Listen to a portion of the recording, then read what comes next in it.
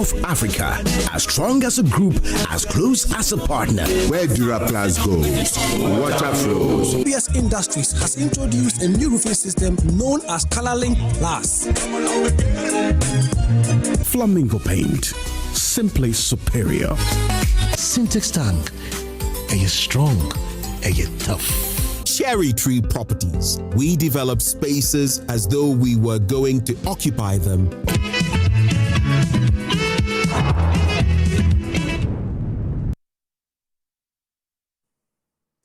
Good morning and welcome to Newsfile. This is your most authoritative news analysis platform. Today, we confront a political landscape in absolute convulsions. First, an explosive legal development sent shockwaves through the country as former Maslock CEO Sedina walked free. All 78 charges tossed out by the Court of Appeal after a high-stakes extradition from the U.S. Is this a triumph of judicial fairness over weak prosecution, or, as critics and the opposition MPP fiercely allege, a political deal calculated to let a high-profile figure off the hook? Next, the Supreme Court delivers a seismic blow to party bosses, or rather to delegates, by declaring delegate systems unconstitutional and forcing direct universal voting, even as controversy rages over the government's newly released position paper on the Constitution Review Committee's report, with accusers claiming key reform recommendations were deliberately cherry-picked to suit executive convenience. And finally, the Apex Court unanimously slaps down a challenge to the Office of Special Prosecutor, OSP, ruling its powers fully intact under Article 88 authorization and validating all its past prosecutions. Are our courts fearlessly safeguarding constitutional democracy, or are political maneuvers quietly pulling the strings behind the scenes? We dismantle the motives, the law, and the fallouts with our expert panel. And you can trust that on this platform, you get the best. We'll be right back.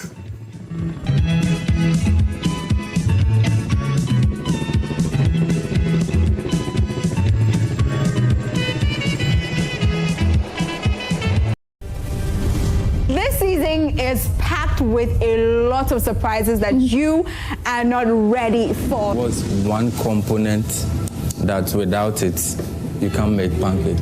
Without flour. What do you have on it? It's whipped cream and Oreos. And then I added a little of Milo to give it to Hey, when you I made the normal types of pancakes. You're a prophet. Then this is a prophetic pancake. There's something pungent you can't really tell. Where is it? I don't see the honey. You taste it. You taste it. Did you play football? You like football? I say you do your taxes and let's see. I really enjoyed the pancake. It's nice, but the pancake are too many levels. Hey, okay. Let's go. This is Big Chef Season 5.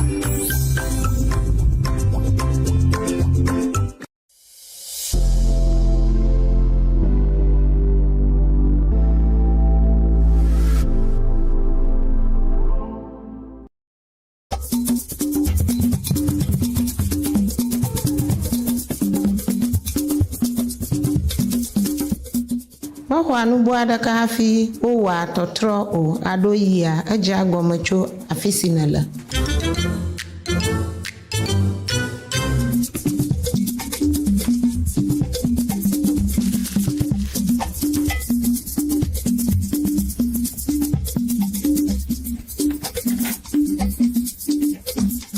Belala na ma Medina sesi esia yi eno agbe le tome fafa yi yo ma amadaka mele nkulam de enwu o.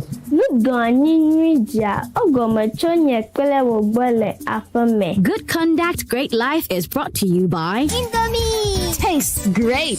More Kivo inside. Kivo Gari Soaking Mix, a taste of Ghana.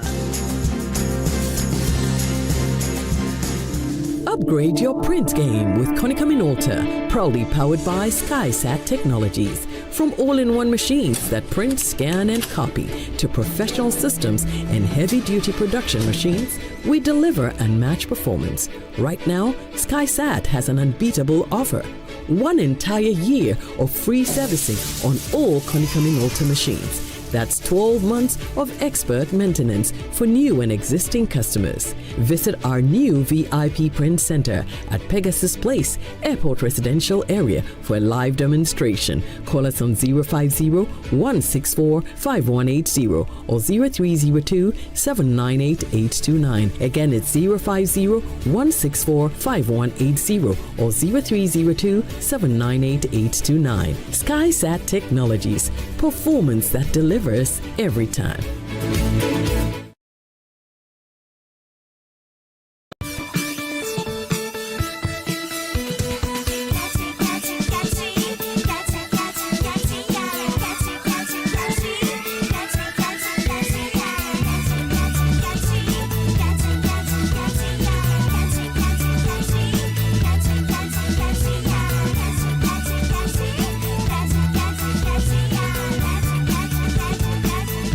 Day by Day exists in lotion, cream, soap, and more. Day by Day has 4 fragrance range.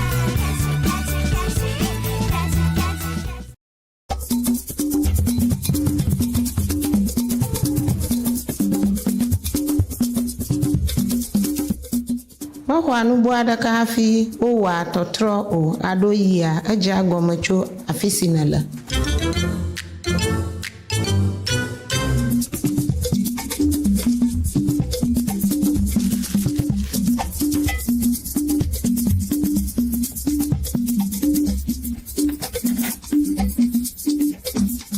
Belala na ma Medina sesi esia yi eno agbe le tome fafa yi yo ma amadaka mele nkulam de enwu o.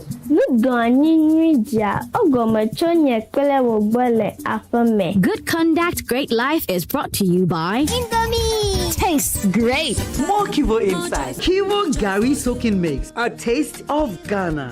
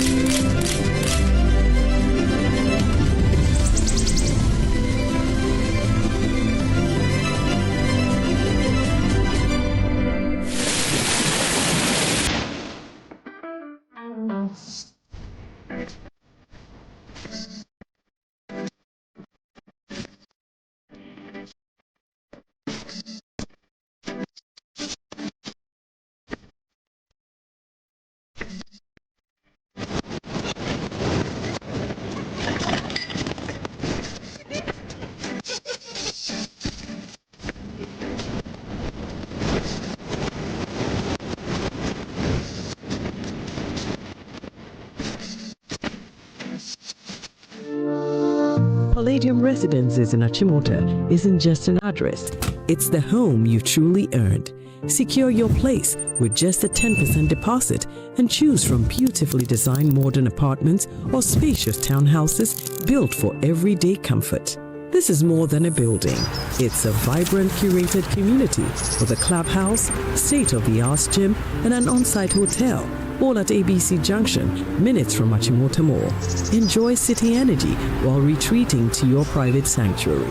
Call now to reserve your unit and benefit from limited launch incentives, including priority unit selection, executive pricing, and flexible payment options available. Don't miss the chance to pick the best homes. Book your private site visit today.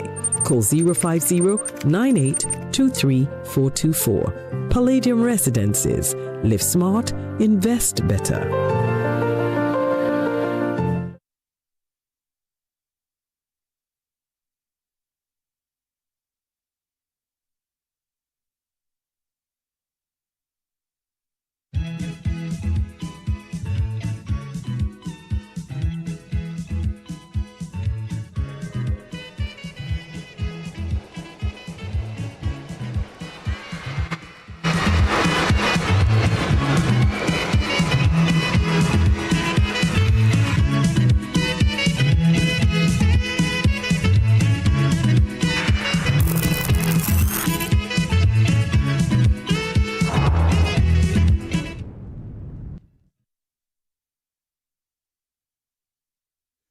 You're welcome back. My guests are getting ready. Gary Nemakumafo, Director Legal Affairs of the New Patriotic Party, Inusa Fuseni, former MP Tamale Central and former Minister for Lands and Natural Resources. He was also in charge of roads. Mary Awalana Ada, Executive Director, Transparency International Ghana. Manasseh Azuria, winner investigative journalist. Of course, he has something to do with the Sedina Tamaklo Tienu development at Maslog. Oliver Baka Vomawo, Constitutional Rights and Policy Strategy Advisor at Democracy Hub. He got a double celebration to end the legal year. 2 great victories, innovating the law to give us a progress, real progress in our democracy, and to cut the corruption that is associated with it. So, but I'm not doing a take, but I want to, in place of my take this time to help us all to get a certain grasp of the first story that we are canvassing for you. So to fully grasp the legal proceedings surrounding the microfinance and small loans center, Maslog, we must look beyond the 78 formal charges and examine the pattern of transactions that initially triggered the criminal investigations into the former CEO Sedina Christine Tamaklo Atieno and her operations manager Daniel Axim. The investigative machinery was set into motion by distinct fiscal anomalies across 4 primary pillars of operation between 2014 and 2017. She was in charge from 2013 to 2017. First, the offline cash handover. The suspicion began in August 2014 when Obatampa Microfinance elected to return an approved loan facility of about 500,000 Ghana cedis. It was exactly 500,000 Ghana cedis, 500,000. Here was the investigative red flag. Investigators suspected criminal intent when the former CEO refused a Trace Bank check. She refused a check in return when she asked for the money back because she had already given the money out in check, ADB check, for an investment. But the money had been given before she began to dictate the percentage of interest she needed. That was 24%. And the microfinance institution said 24% is too much. And she says, return my money. They are returning the money in check. She says, no, bring it back in cash. So she insisted in receiving fiscal cash at a Bachona filling station, fuel station, and subsequently left the entire transaction off Maslog's official financial ledgers. That's the prosecution's case. 2, the phantom failed activities and diverted relief. As forensic auditors probe further into the 2015 and 2016, severe expenditure anomalies emerge. Sensitization funds.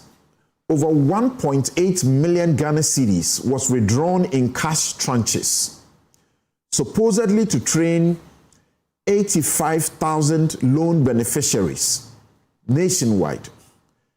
Investigators suspected fraud after verifying that a mere 1,300 Ghana cedis was ever actually spent on the ground, leaving nearly the entire sum unaccounted for. There was a fire at Kantamanto market. Following a devastating market fire, presidential relief funds of nearly 1.5 million Ghana cedis were allocated to support affected traders.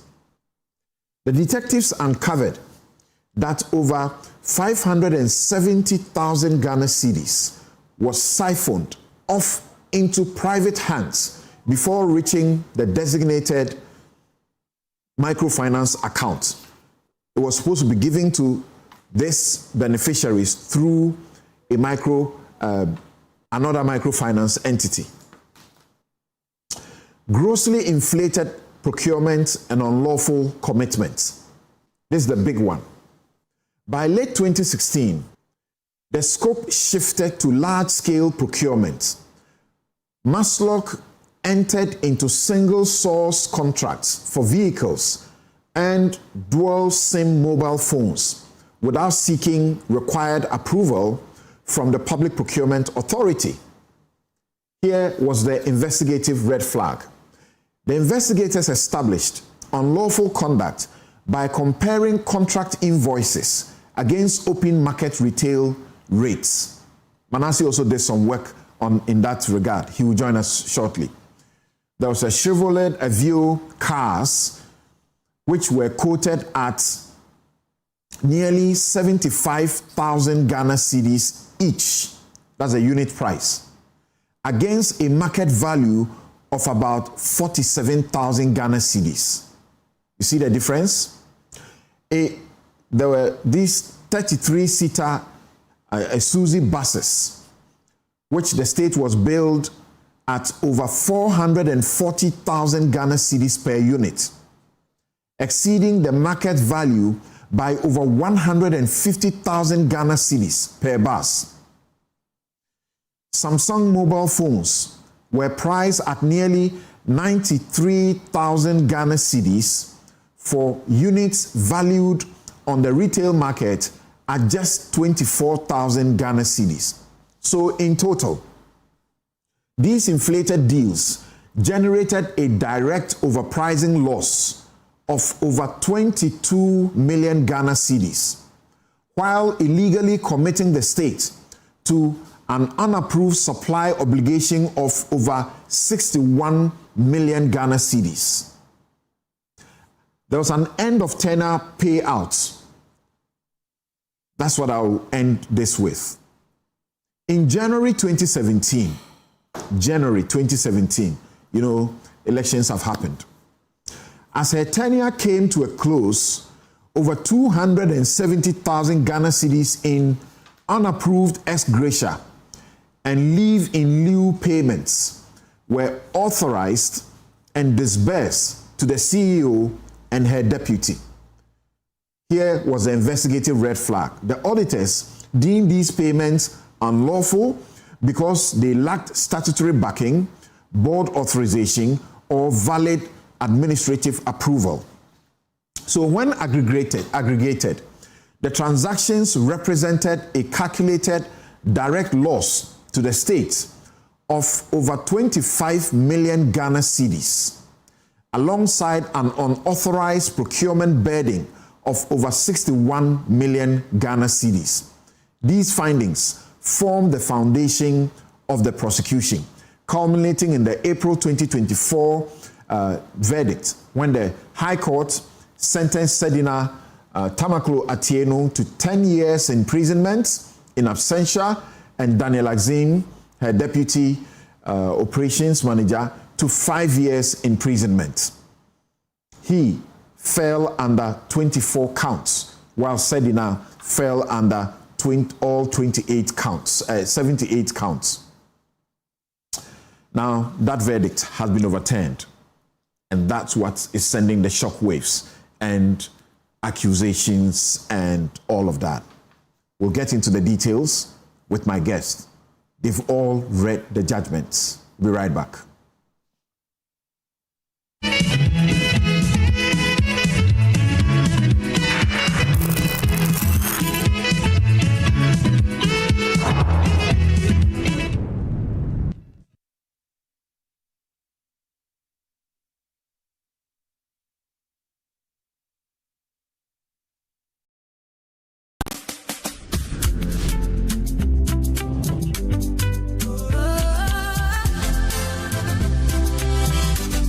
From the heart of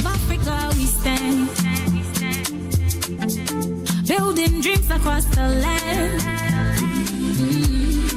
Every step we lay aside, helping you rise, taking you higher.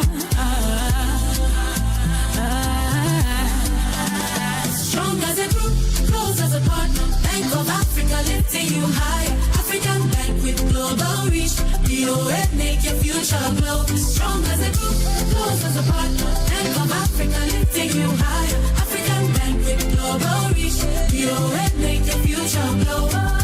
BOA, we go there for you night and day.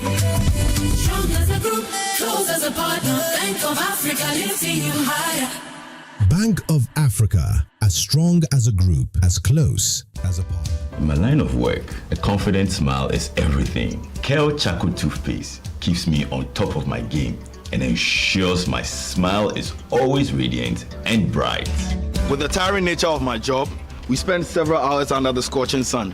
To keep our teeth white and our breath fresh all the time, we use none other than Kel Charcoal Toothpaste. Kel Charcoal Toothpaste. You're on a Kessie and in a kit one.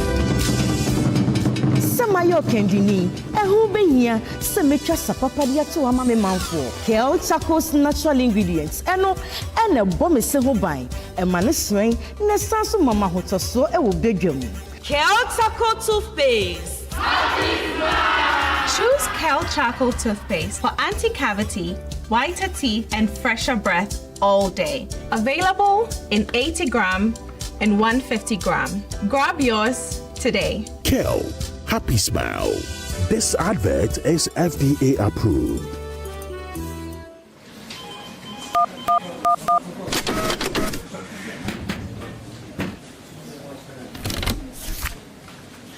Why? What's wrong? Paper jam.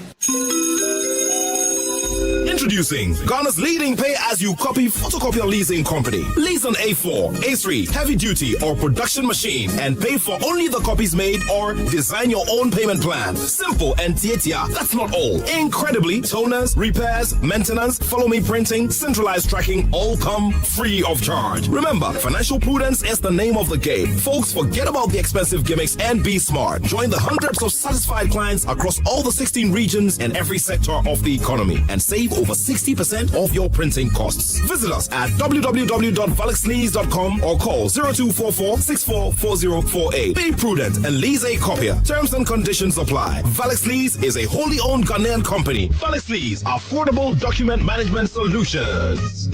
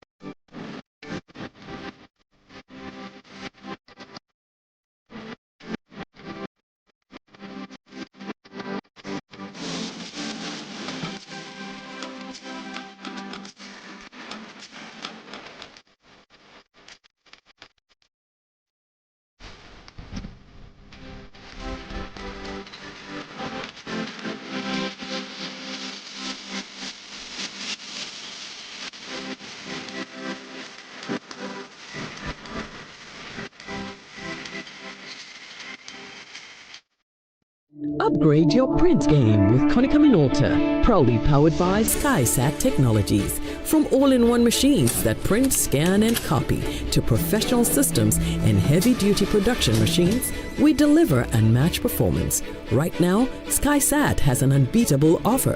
1 entire year of free servicing on all Konica Minolta machines. That's 12 months of expert maintenance for new and existing customers. Visit our new VIP Print Center at Pegasus Place, Airport Residential Area for a live demonstration. Call us on 050-164-5180 or 0302-798-829. Again, it's 050-164-5180 or 0302-798-829. SkySat Technologies, performance that delivers every time.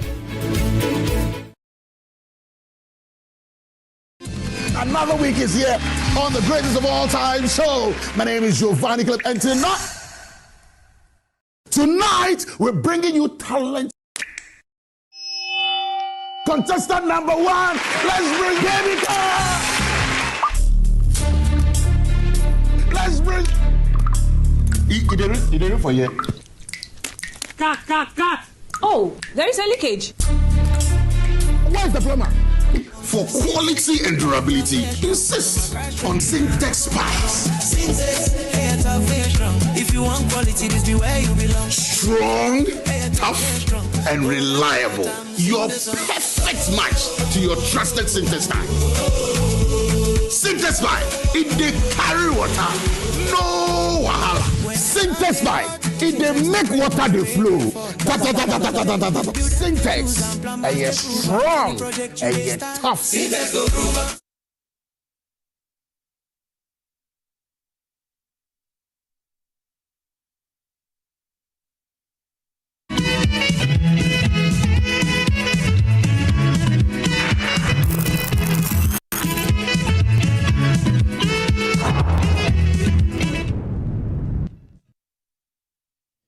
Our very first story, Joy News Investigations has revealed government in 2016 purchased 350 vehicles for onward distribution to transport operators at 18 million cedis more than it would have cost if the same vehicles were bought from the showroom. The Ghana Private Road Transport Union, GPRTU, which was to receive the vehicles for redistribution to its members, rejected the vehicles, citing the cost at which it was being offered to them. Manasseh Azuriah spent the last 7 months investigating how various vehicles procured by the state have been grounded.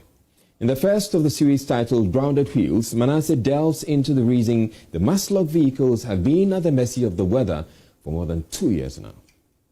In the National Security Yard behind the Accra International Conference Center, 350 vehicles procured by the Microfinance and Small Loan Center, Maslok, are packed with some of the saloon cars completely covered with overgrown weeds. The vehicles are made up of 133-seater Isuzu buses, 100 Chevy Sparklight saloon cars, and 150 Chevy Aveo saloon cars. Maslok procured these vehicles in 2016 for the Ghana Private Road Transport Union, but the GPRTU rejected them. The Chief Executive Officer of Maslok, Stephen Amwa, says the Transport Union rejected the vehicles because they are overpriced. If you look at the prices and compare that to market averages, the prices were outrageous because those trotro buses and commercial vehicle drivers have their turnovers, the sales they make a day, and for that matter, any car they procure for that purpose should be able to work in that capacity and give them the sales they need to be able to break even. Joy News, as part of this investigation, went to the supplier of the vehicles, Mac Autos and Spare Parts Ghana Limited, for quotations in August 2018, 2 years after the company sold the vehicles to Maslok. We found that the 2016 prices of the vehicles are lower than the 2018 prices, but our investigation revealed that the cost at which the company sold the vehicles to Maslok in 2016 is far higher than the cost at which it sold to the general public in 2018.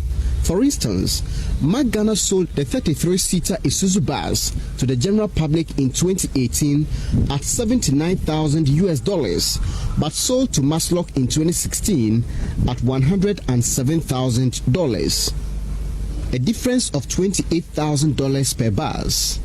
The company sold the Chevy Sparklight saloon cars in 2018 at $9,000, but sold to Maslok at $12,500. In 2018, Mac had stopped selling Chevy Aveo saloon cars, but an August 2017 invoice from the company, which Joy News obtained as part of this investigation, caused the price of each Chevy Aveo vehicle at $14,000.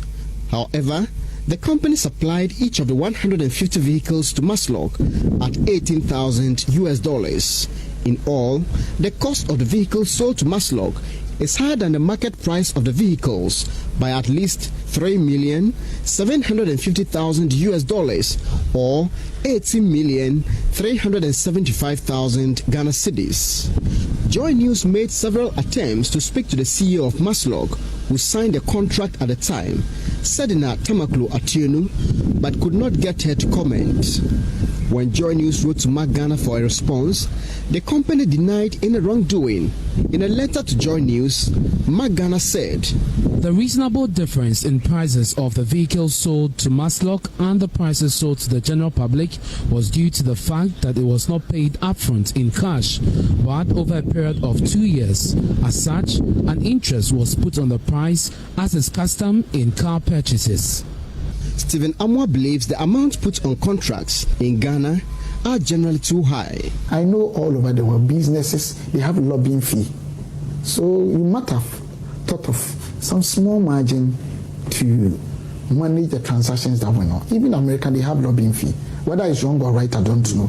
But a situation where just by observation, amounts that are added, sometimes when you think about it, you ask yourself, so do we have mosques and churches in Ghana, like buildings? I hope you understand what I'm saying. I'm not perfect, bro. I'm not an angel. But I think what is really destroying Ghana is corruption. There's nothing else. Whether NDC, CPP, we have good people who are learned. But why? It's corruption. Why? It's corruption. Joy News investigation revealed more anomalies with this contract beyond the prices. We secured a record of all the vehicles imported by Mark Ghana from January 2016 to December 2017. We also secured details of all the vehicles cleared by the company for which duty was paid. When the details of the vehicles supplied to Maslog were searched from the vehicles cleared, they were not found. Our checks with the Ghana Revenue Authority confirmed that the company did not pay duty on the vehicles it supplied to Maslog. According to the GRA, duty on the 350 vehicles amounted to 10,500,000 Ghana cedis. Further investigations revealed that the Ministry of Finance had written to waive the duty for the company pending a parliamentary approval, which did not happen. Our investigation, however, revealed the company was not entitled to a duty waiver according to the terms of the contract. Article 32 of the contract states, and I quote, "A supplier shall be entirely responsible for all taxes, duties, licenses, fees, etc. incurred until the delivery of the contracted goods to the final destination." End of quote. GPRTU executive told Joy News the union had its own preference, but Maslog insisted on Mark Ghana. Besides, Maslog did not discuss the prices or sign any contract with them before importing the 350 vehicles. The procurement specialist, Kobina Atabedu, says government committed a series of anomalies in the transaction. My understanding of this is that GPRTU said that they want government to assist them to acquire vehicles. GPRTU had their own preference of vehicles they want. So that is the specification. How come government decided that we are going to go to Mark and that is what we will give you? That is a red flag for me. Number two, why should it be a sole source or a single source? And where is the approval? Did they get PPA to do an approval for that single source? Now, if PPA did an approval for that single source, what kind of due diligence did they do before they decided to give them the approval? Because if I look at the analysis here, they quoted in cedi. The contract was given out in Ghana cedi. We have ended up paying in USD as against the contract. That itself is a flaw on government's part. He also commented on the value of the vehicles. When a vehicle drives out of the showroom, as soon as it comes out of the showroom, 20% of the vehicle has depreciated. It's gone. The value is gone. So if we are to sell those cars today, we will have lost money. Because by accounting standards, you can depreciate a car over a maximum of 5 years and a minimum of 3 years. So if we take the maximum, it means every year 20% of the value of the car is gone. So as soon as the car drove out of the showroom, so if you buy a car today, you take it back the next day and say, I want my money back, they'll give you your money minus 20%. So we've put those cars there, dumped them in the sun. Since 2016. Since 2016. So 2016, 2017, 2018, now we are in 2019, 4 years. the value of those cars, book. The fate of the vehicles is not known. What is known is that, irrespective of how the vehicles are disposed of, the state will have to sell them at a lower price than it bought them. For Joy News, Manasseh Azure Arena reporting.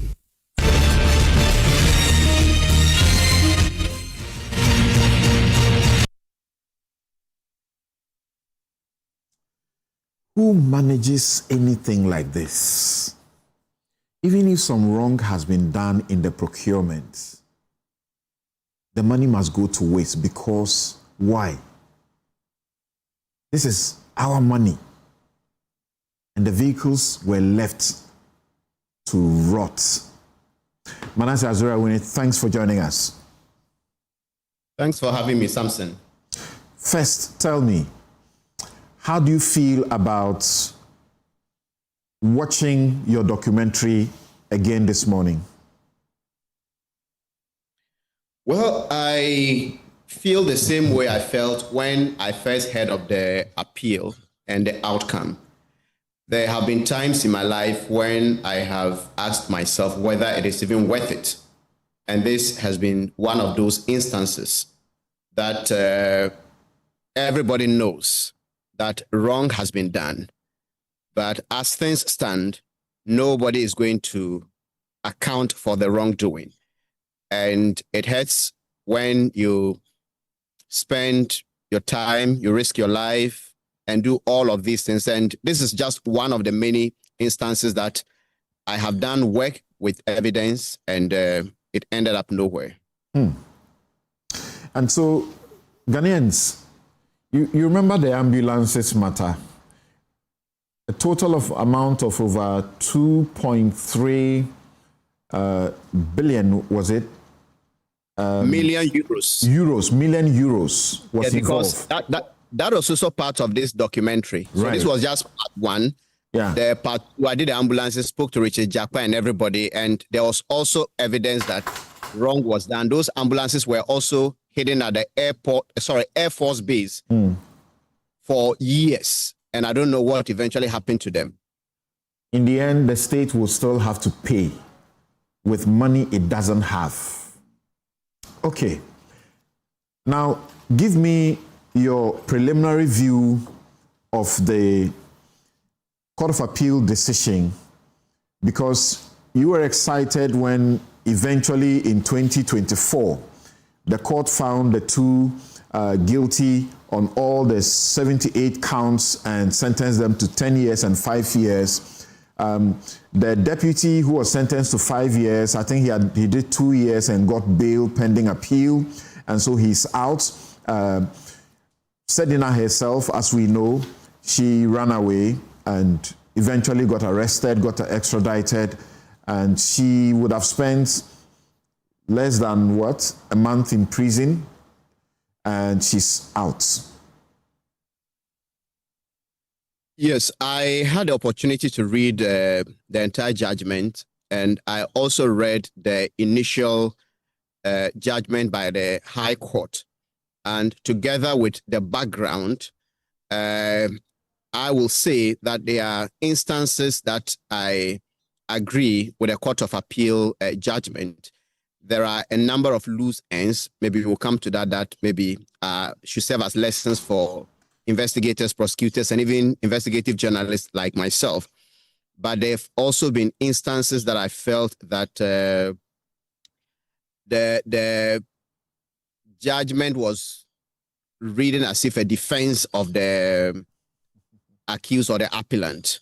And I'm a lay person, but that is what I felt in a few of the instances that especially with the procurement issues, there could have been a way to hold on to that verdict. Okay. The state says it is filing an appeal. I think it has done that by now.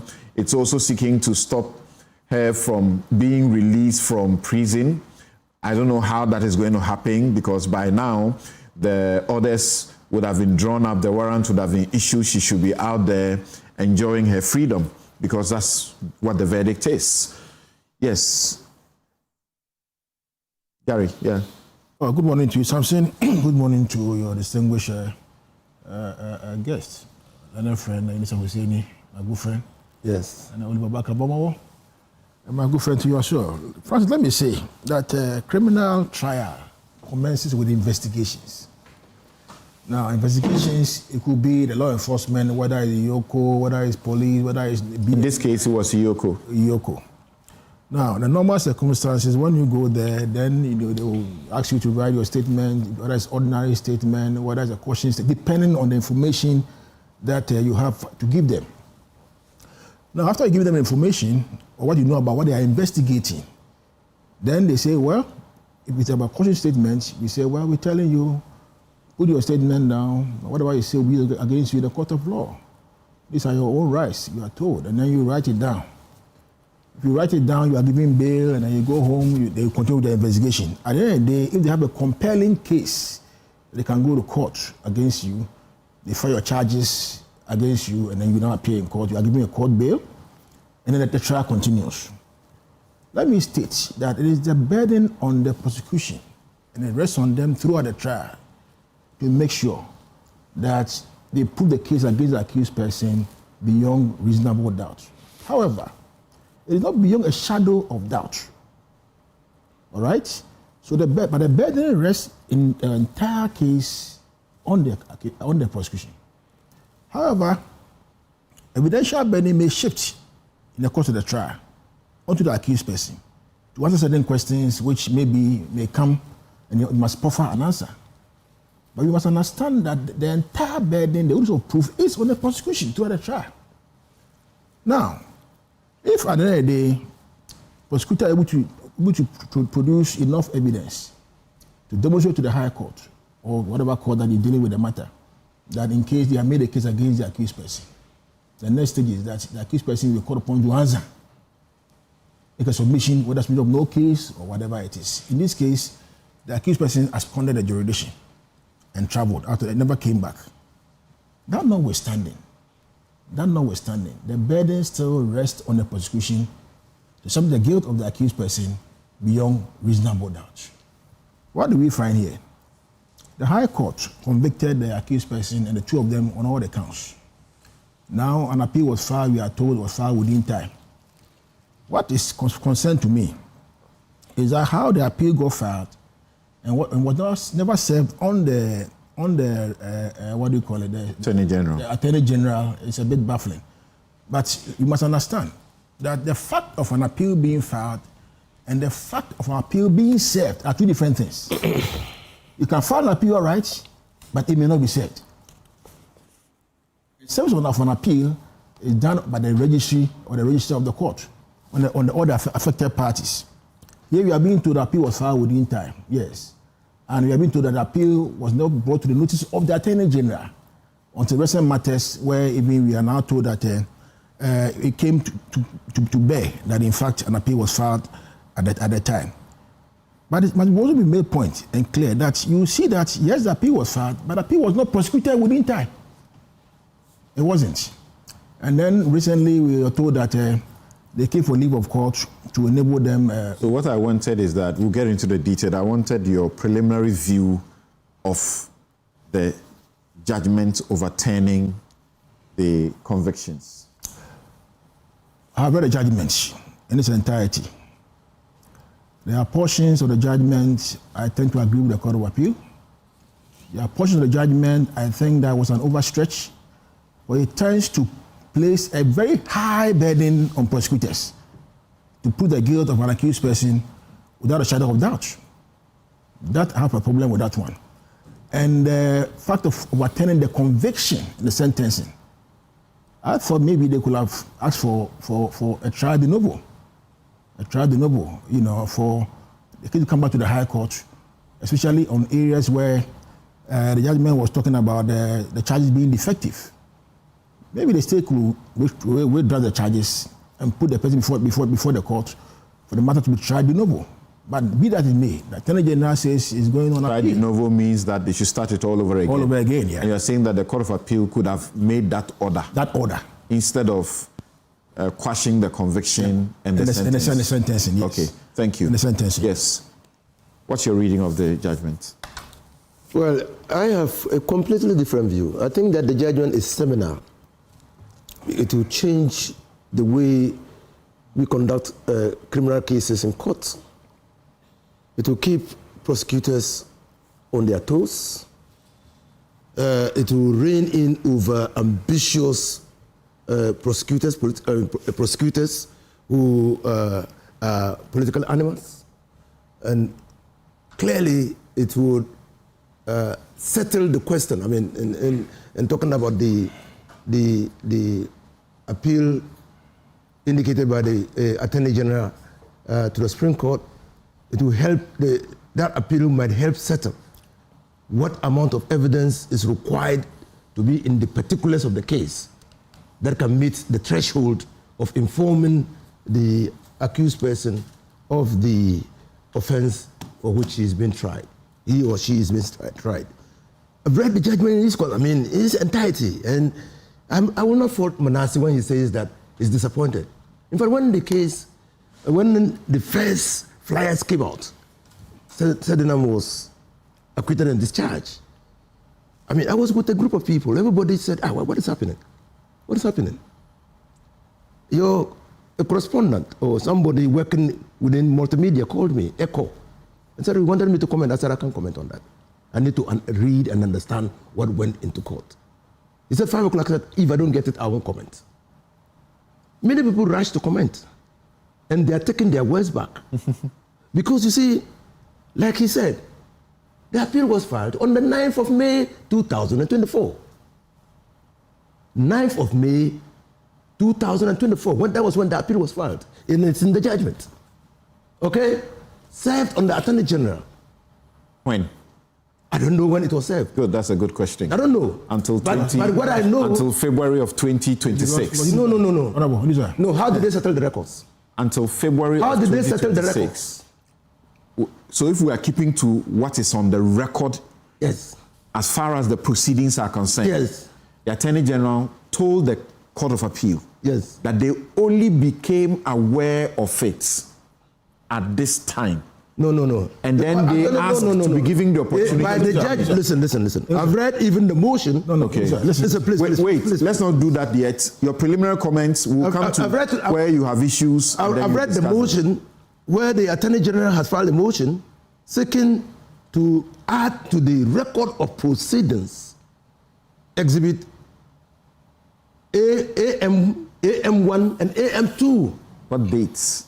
You may want to pay attention to what dates. No, what I'm saying is that was filed. What I'm saying is that the Attorney General's motion to add those exhibits did not reside in his affidavit in opposition, that they only became, affidavit in support of the motion, that they only became aware of the records. In fact, that's what it says. No, I've read it. I've read it. Do your preliminary. No, I've read it.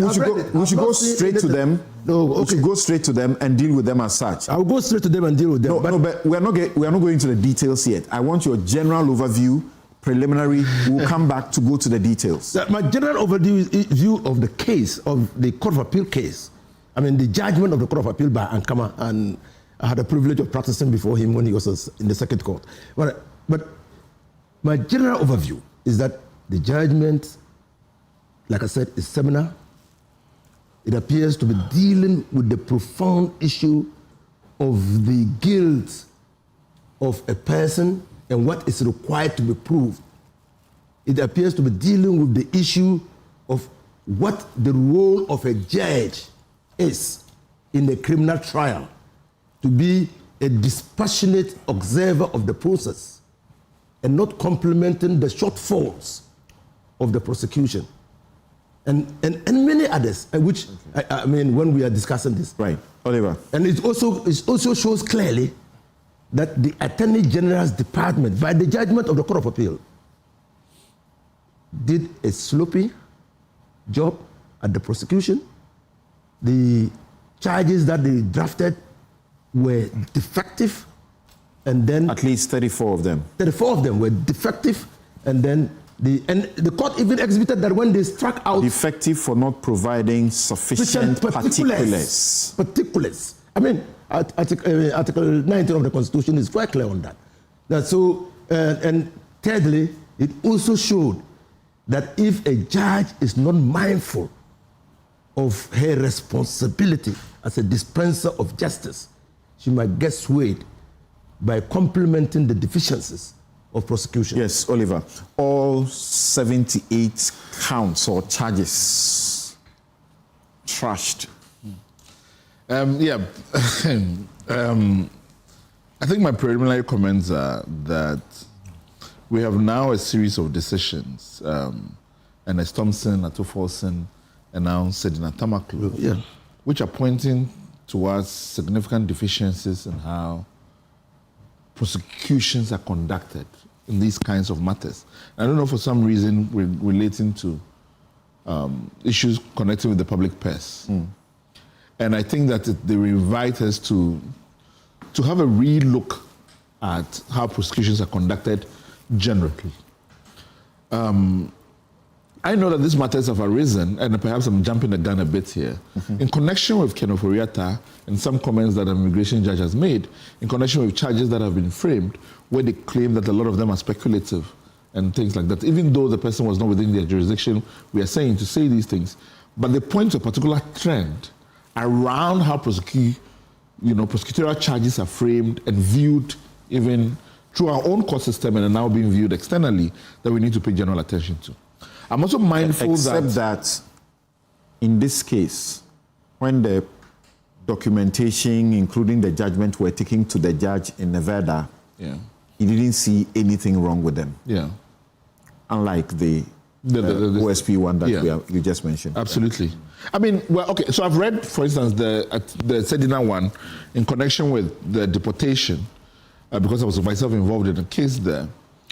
The primary focus was on the fact that she was convicted, and that the judge's conclusion is that you have not challenged the fact of your conviction, and so stayed on that point without seeming his jurisdiction invoked to retry the issues there. That's right.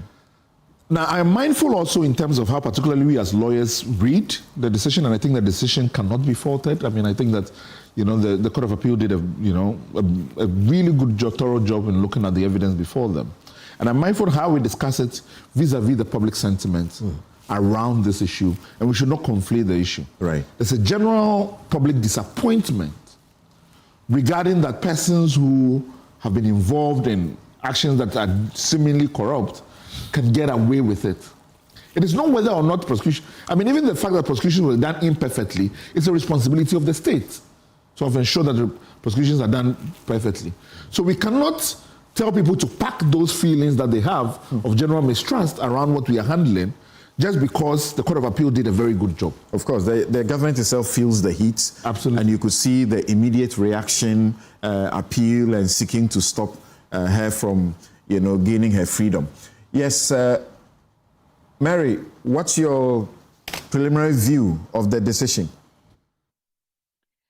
Good morning to you, Samson, and good morning to your cherished viewers and to a distinguished panelists in the studio. I would want to start from where Oliver ended. Generally, the fight against corruption in Ghana, for us from a civil society perspective, has been that when it comes to the area of prosecutions, we don't see a lot of effect or impact, and that is sad. And again, the citizens' disappointment, including some of us, is the fact that the courts would definitely use the law.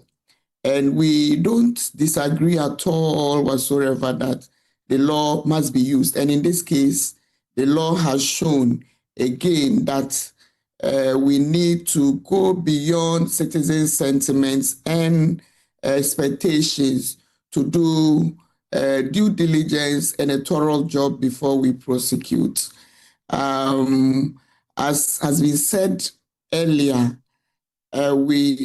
I tend to also believe that sometimes the issues of political pressure also helps in promoting some of these, and they have been done before. People have mentioned them already. I don't want to say much, but then powerfully it reaffirms that the rule of law remains the cornerstone of our democracy. We cannot run away from that. And the courts do not convict just to satisfy public opinion or civil society expectations. People are convicted based on available evidence. So for me, the key issue here or takeaway for me is that the law protects the innocent until proven otherwise. And so it's for us in civil society to also then pay attention more to the investigations, pay attention, and also for all stakeholders, the state which conducts investigations, to ensure that the investigations and outcomes of these are very cogent and can stand the test of the courts. Otherwise, we would come back to these results which do not inure to the trust in the fight against corruption in this country. I say so because we have seen a lot of this. The optics matter when it comes to evaluating and assessments that show that Ghana is making credible steps in the fight against corruption. When these outcomes do not commensurate to these, we then begin to put in all the political speculations. We begin to talk about all the speculations that happened even before now.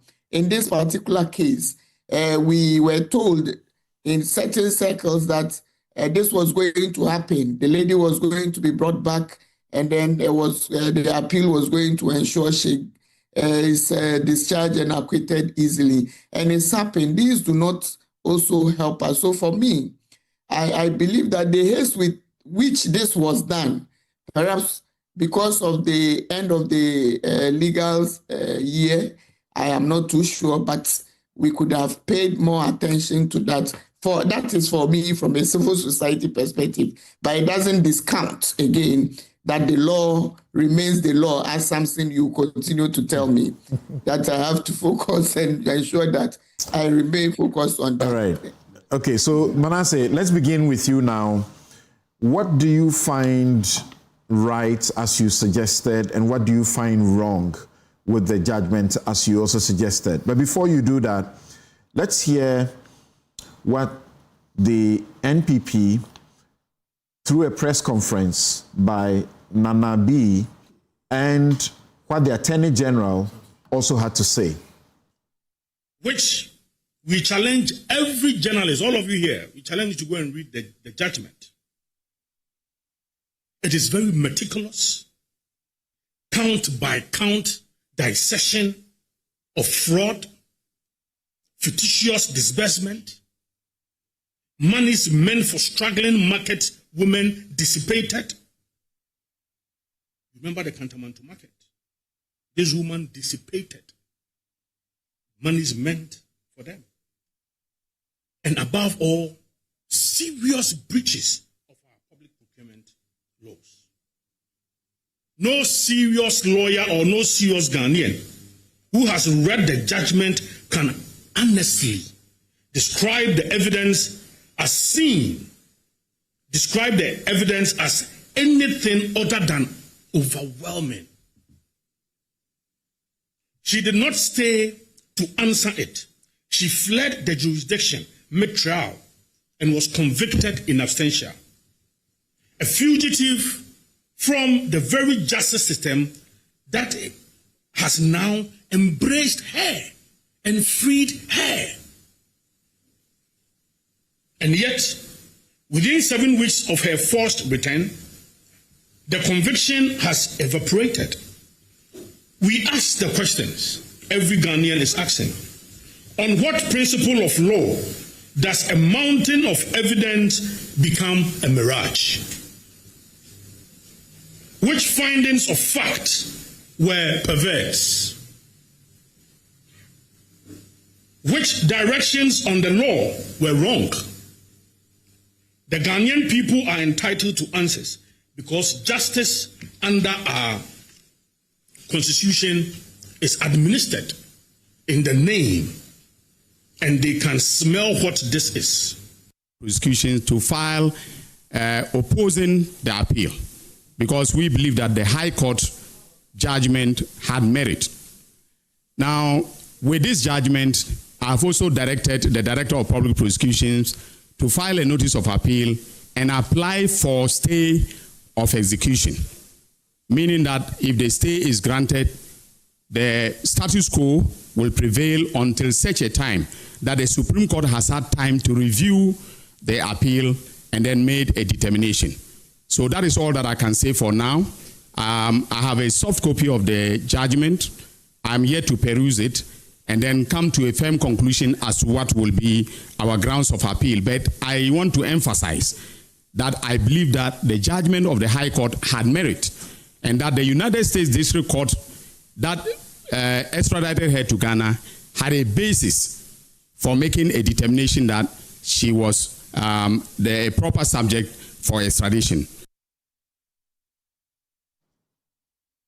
All right, so the learned Attorney General somewhat agreeing with Nana B, but different tone and different language.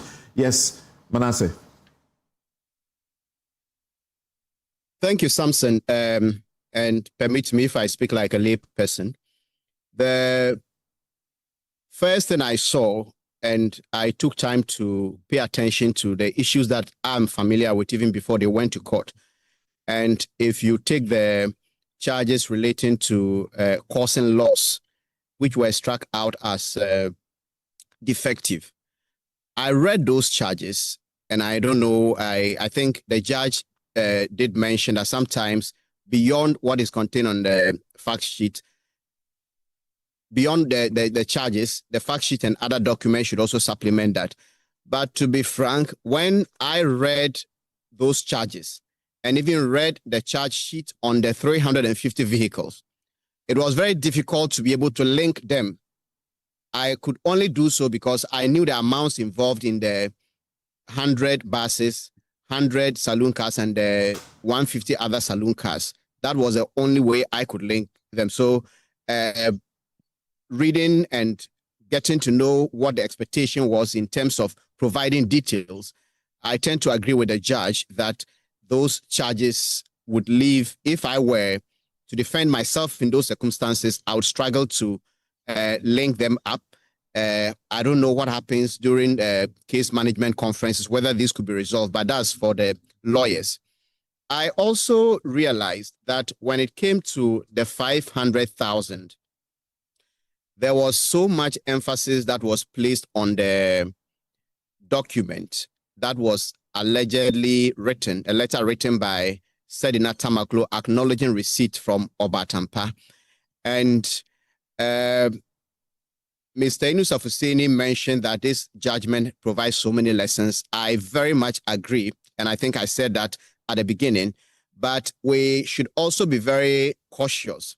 When it comes to the case of corruption, people don't want to leave traces.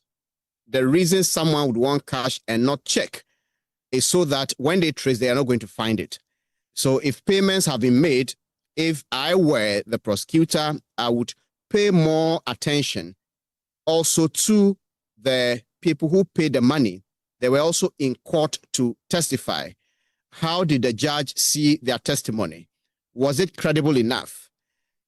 Interestingly, when reading the original judgment of the High Court, I realized that they also placed a lot of emphasis and premium on that letter.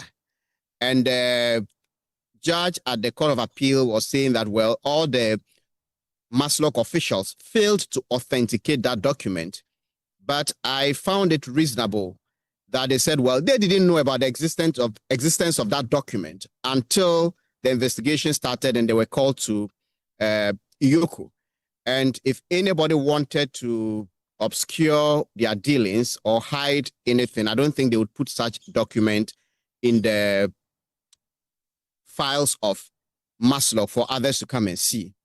So on that basis, and there was also another payment of some 50,000 by the driver and others. So the point I'm trying to make here is, in as much as we are very concerned about the amount of evidence, I think we should also make room for corruption investigations and prosecutions. When it comes to bribery, nobody gives receipt.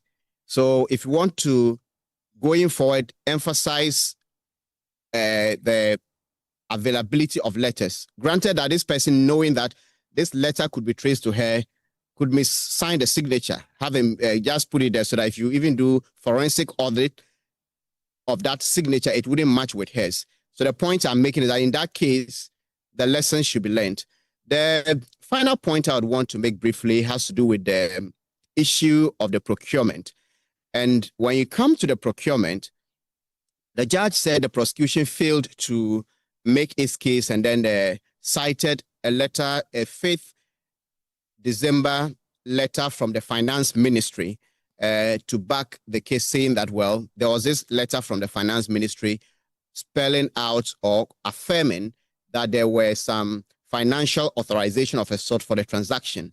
But if you look at the details listed in the judgment of the High Court, the Maslock wrote to PPA in August, and then PPA requested that they furnish them, that's Maslock should furnish PPA with a financial clearance for that transaction. Now that financial clearance, as we find in the judgment, came on the 5th of December. Then on the 6th, a contract is signed. But that is not all. The vehicles that we see that were supposed to have been supplied after the 6th contract were actually inaugurated, so to speak, by President Mahama. If you go online and type President Mahama hands 350 vehicles to GPRTU on the 2nd of December 2016. So these vehicles were supplied before. Then even the actual supplying of the vehicle actually happened in November. So it appears that a lot of these things, some of them were even done retrospectively.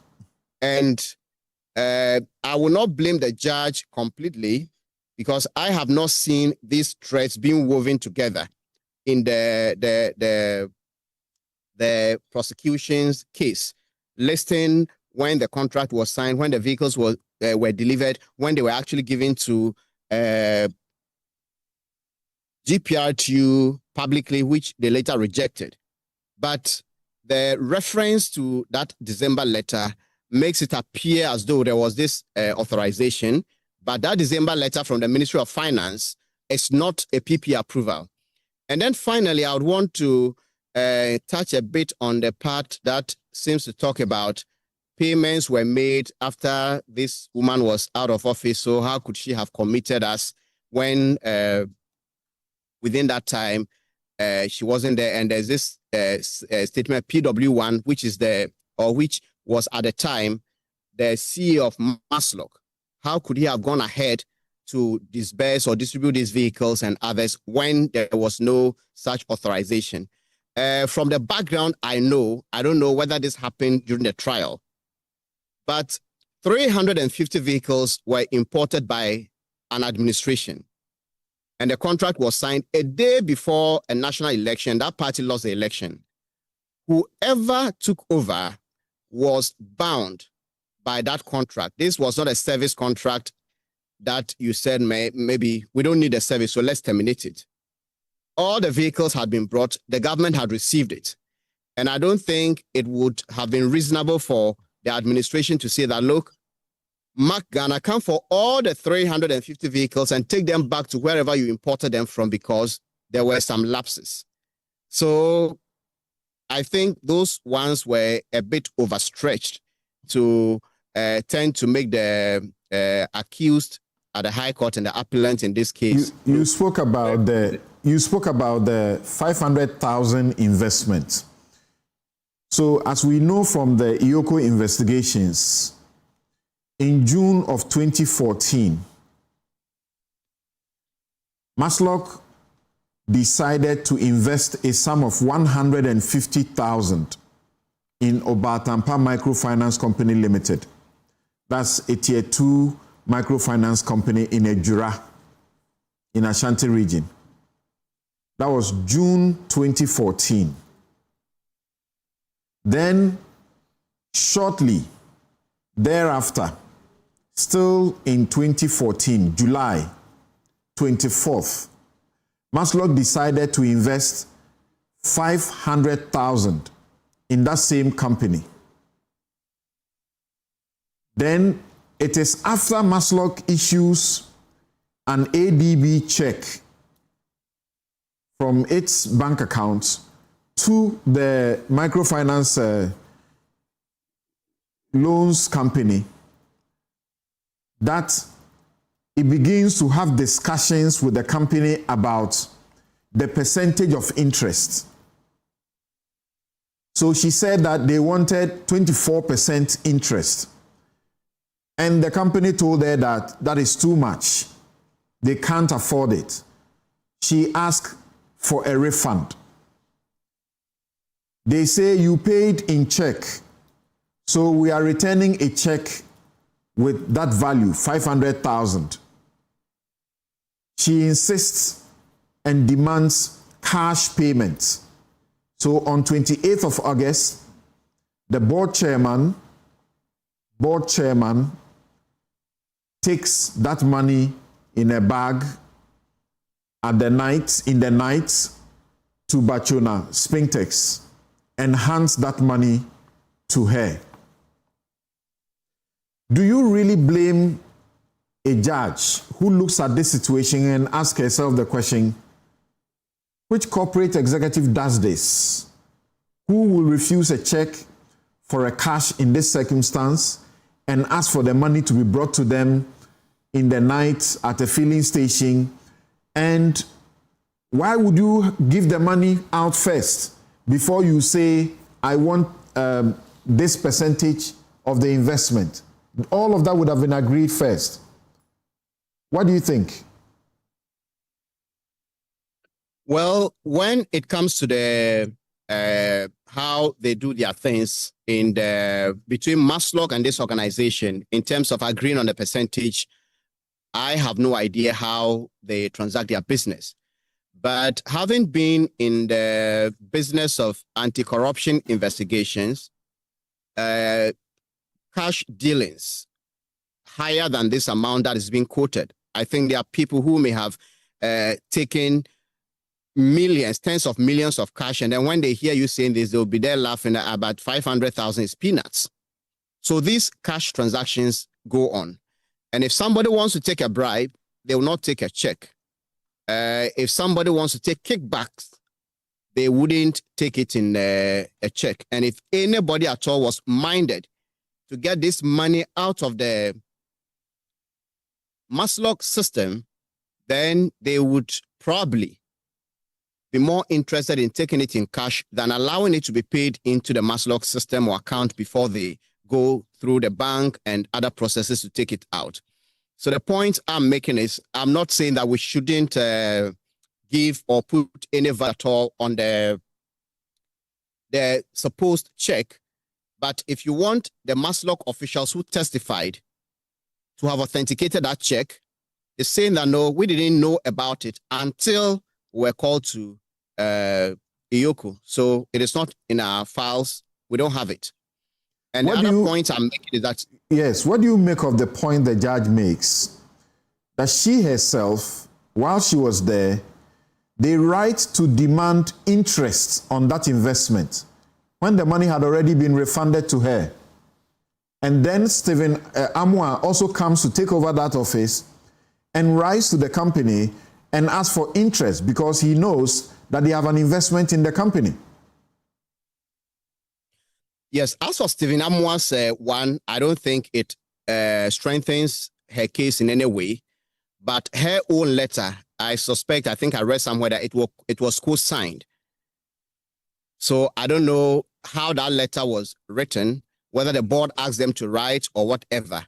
But the point of the why will the board, I'm thinking like the judge a bit, even though in criminal law you must prove beyond reasonable doubt. Why will the board ask them to write a letter to Obatampa for the interest on the 500,000 they had put in as of July 2014? when they knew, or they ought to have known, that as of the 28th of August, the money had been returned of 2014. So why will you write to the company asking them for interest on the amount? Yes, the point I was coming to make is that from all the narration, there is only one person. That is, if the account of Obatampa is to be believed, there was only one individual at Maslock who knew about this return of funds.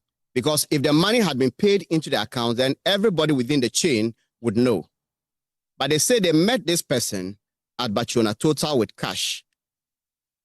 And we don't have any evidence that this cash was later paid into Maslock account, or everybody in that organization was informed. So the point I was making is that that letter, which was co-signed by Sedina, actually strengthens her case, because the average person would think that, well, if she had taken the money, there's no way she would agree to sign a letter demanding that money again. But of course, there are other actors in this equation who said they pay cash. They paid cash. And anybody who wanted, I don't have evidence to say that this is what she did. But if the narration is to be believed, anybody in her shoe, the reason for taking cash is to ensure that there wouldn't be traces of the nature that will get somebody to follow up. All right.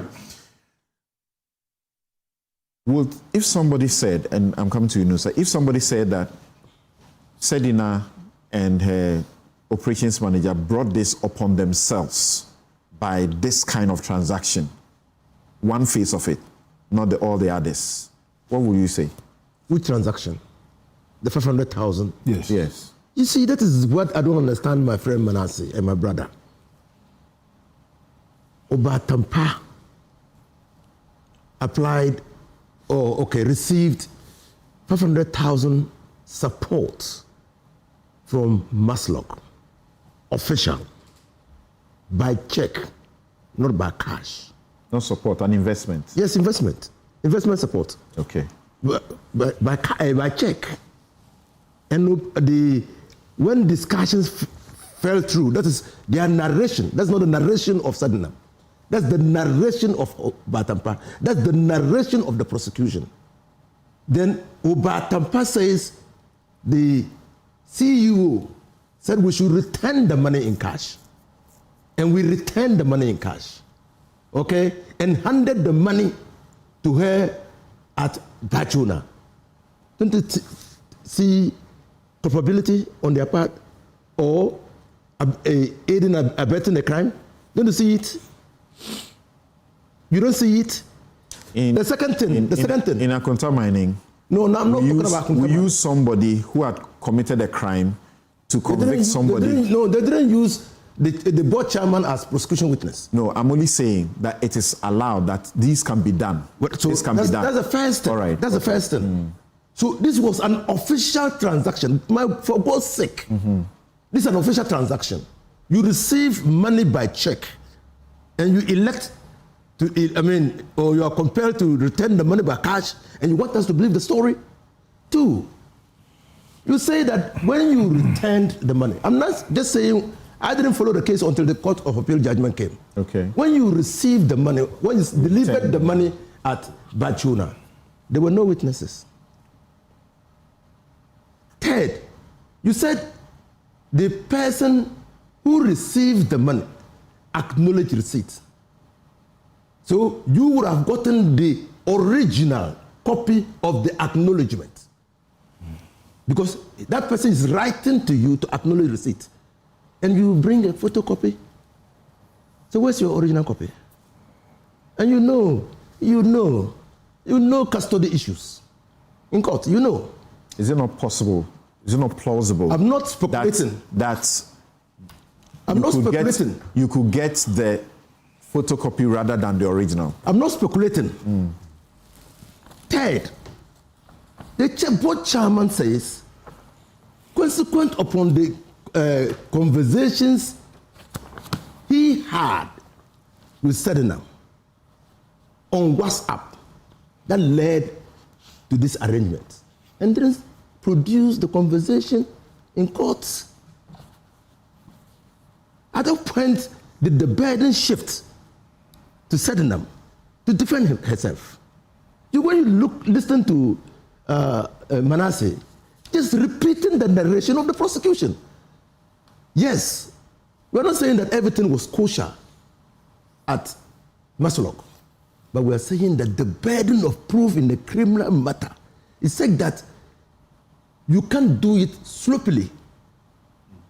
Let me quickly add on to that the other transactions in the vehicles, for instance, the vehicle, the relief money, and all of those. What do you have to say about that? So the vehicles, and Manasseh is wrong. When vehicles are imported or when goods are imported in this country by a government, and the vehicles are tainted by fraud or illegality, that doesn't bind the succeeding government. And we've seen many of them in where governments have repudiated liability. So it's not correct. It's not true. It's not true, Manasseh. It's not true. Number two, what should have been done in that circumstance? Repudiate liability. Repudiate it. And why the liability is repudiated is simply because, in your view, it's tainted by fraud. Repudiate it. They didn't. So that they should have insisted that Mark Otto should come take their cars away. Because we can't be partners, we can't be a party to a fraudulent activity. And the government will be within that, and that is a defense if Mark Ghana took them to court. The state which got them to ship the vehicle scene, everything. It doesn't matter that the state got because you accuse them of overpricing the vehicles. You don't take control. That's the only issue of crime, right? It's not only overpricing. Overpricing. Yeah. It's an issue of fraudulent transaction. Okay, and that overpricing was fraudulent because that was not what was being offered on the free market. That's the core of that charge is that.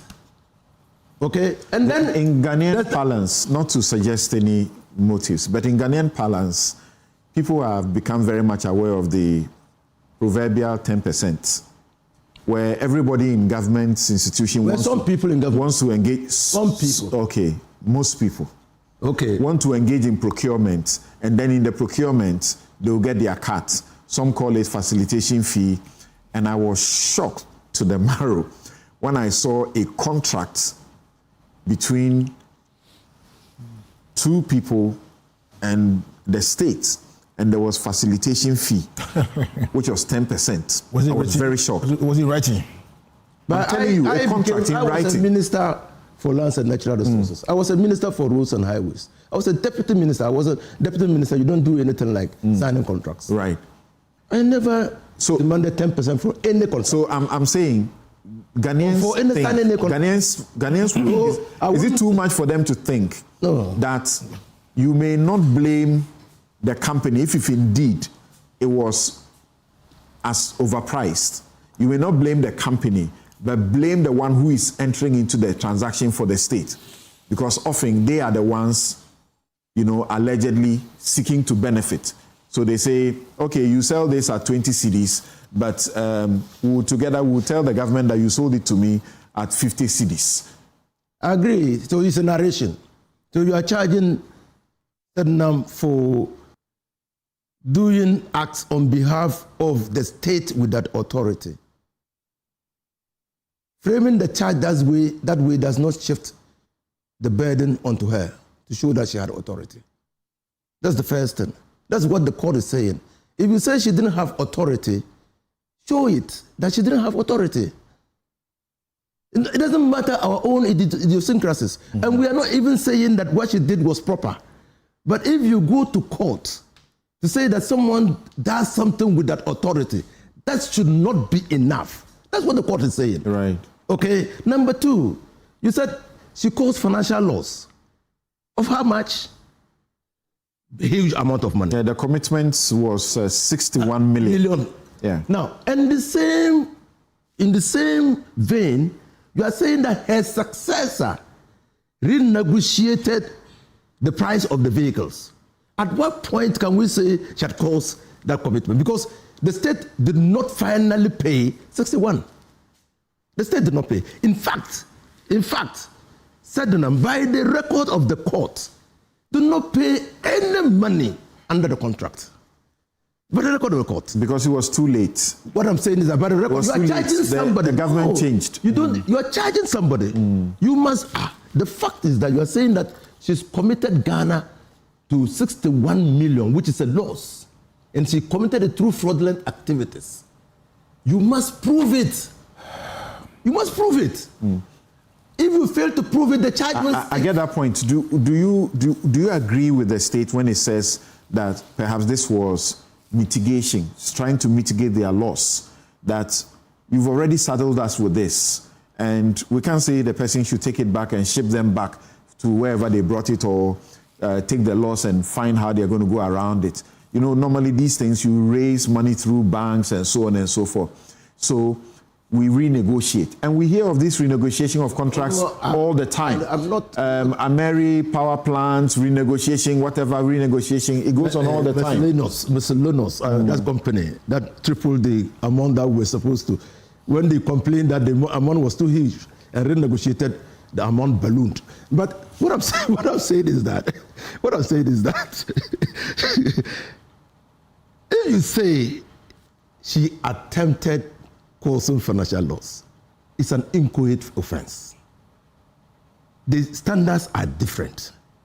If you say she caused, the standards are different. If you establish that attempt, the punishment could be as if she had done. But if you say she did, you must prove it. Perfect point. Right. Yes, Gary. Something. You also said you have issues with portions of the judgments. What are these issues? Show us where the court erred. I will show you. No, I'm not saying the court erred. I'm not saying so. I'll show you where I have issues. So you have issues, but it did not err? No, I'm not saying the court erred. Okay. Now, you see something. So the Attorney General should not appeal? Listening to, well, it's within its right to appeal. I mean, I can't say you shouldn't appeal. Okay. Look, listening to Honorable Yusuf Hussaini and Manasseh, the more I listen to them, the more I realize something wrong has gone on. Some wrong has gone on.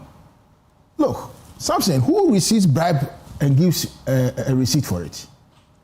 But there's no bribe involved in this matter. Hold on. Don't change the narrative. You see, that's why we are polluting the public. There's no bribe. Listen, let me make my points. And money has been paid. Like Yoko raised a suspicion and it ended up in the prosecution. He's entitled to raise a suspicion that's a potential bribe. So Which one? We're talking about this case. There's no bribe in this case. No. This case. I get it. This case. There's no bribe in this case. Hold on. Okay. You know, I was so quiet when you were speaking. No. I want you to stick to the facts of the money case. has been given to a company of 100,000 Ghana cedis. Yes. Through check payments. The company says that the interest rate is too much. We can't afford it. So come back for your money. Is that what happens in normal commercial business? Please. And then the head of the company says, no, give me the money back in cash. The meter bachuna. And the money is handed over to the person in cash. At that time, no receipt was given for the money which was given to her. Then later, they demanded for the receipt, and then the receipt is given to them. Now, listen what Sedina told Iyoko people. In the court statement dated 15 November 2017. He said, yes, I cannot vouch that the letter was signed by me, even though the signature looks like mine. Let me repeat myself. I cannot vouch that the letter was signed by me, even though the signature looks like mine. Look. He's cast doubt on it. Yeah. That's what Inusa is talking to you about. Criminal prosecution, proof beyond doubt. I agree with you. At the point I want to draw home, you are talking about they bringing what? Photocopy, not original. And custody issues. And not original. Yeah. What does the Evidence Act says? Section 166 of the Evidence Act. It said a duplicate of a writing is admissible to the same extent as the original of that writing, unless a genuine question is raised as to the authenticity of the original or the duplicate. But the judge paid attention to it. That's it. No. The judge paid attention to what you are reading and says, I won't accept the duplicate, I will accept the original under the circumstances. That's it. You see? And even Sedina says that I'm not sure of the signature. Right. That's a doubt. So it was whose signature? Don't be asking him questions. You go ahead. Whose signature? You just read the evidence. You see something. You see, the public is listening to us. The public is watching us. The public sees that public money has gone down the drain. According to has gone down the drain, and now nobody going to hold accountable for the said public money because of slow. That is the anger and the rage of the public. No interruption. That is the anger and the rage of the public.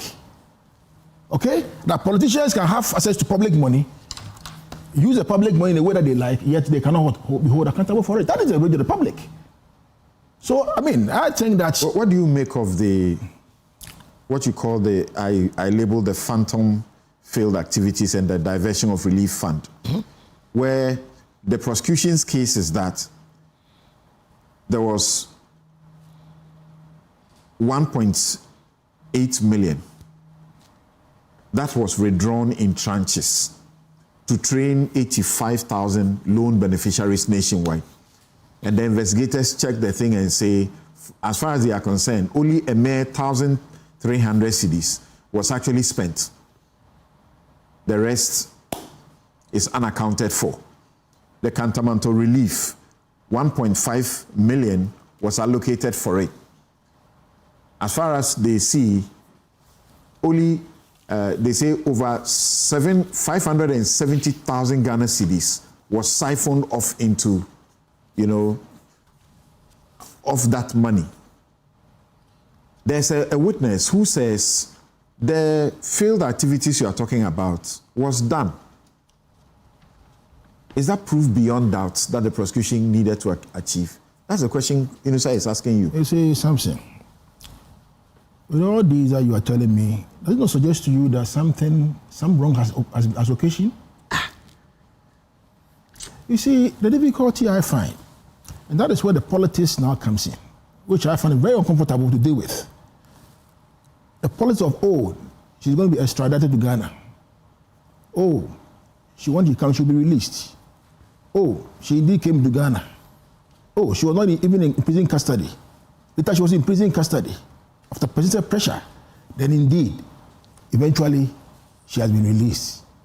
That is where the politics is making it difficult to discuss a judgment which has been written in this manner. That's a difficulty. But the public can get it wrong.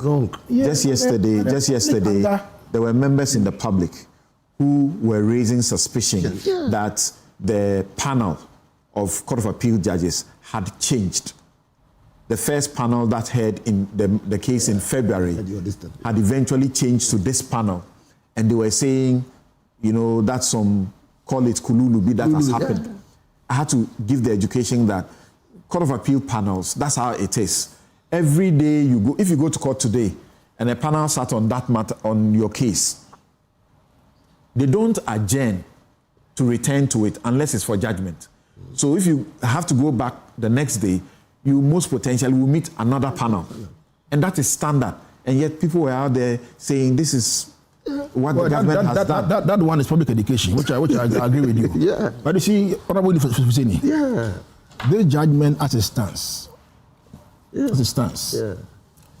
gives me hope to miss appeal. Yes, because I don't have a problem. Because if you read Wuntumi's judgment at the High Court and the manner with which the convention took place, and you just put that judgment vis-a-vis this particular judgment, then clearly I can tell the people that look, Wuntumi will succeed in the appeal. Okay, Oliver, consideration. You make a verdict like others that this judgment is sound in overturning the conviction. Members of the public are asking, into 78 counts, not even one could stake. Not one. How do you explain to somebody like that? Yeah.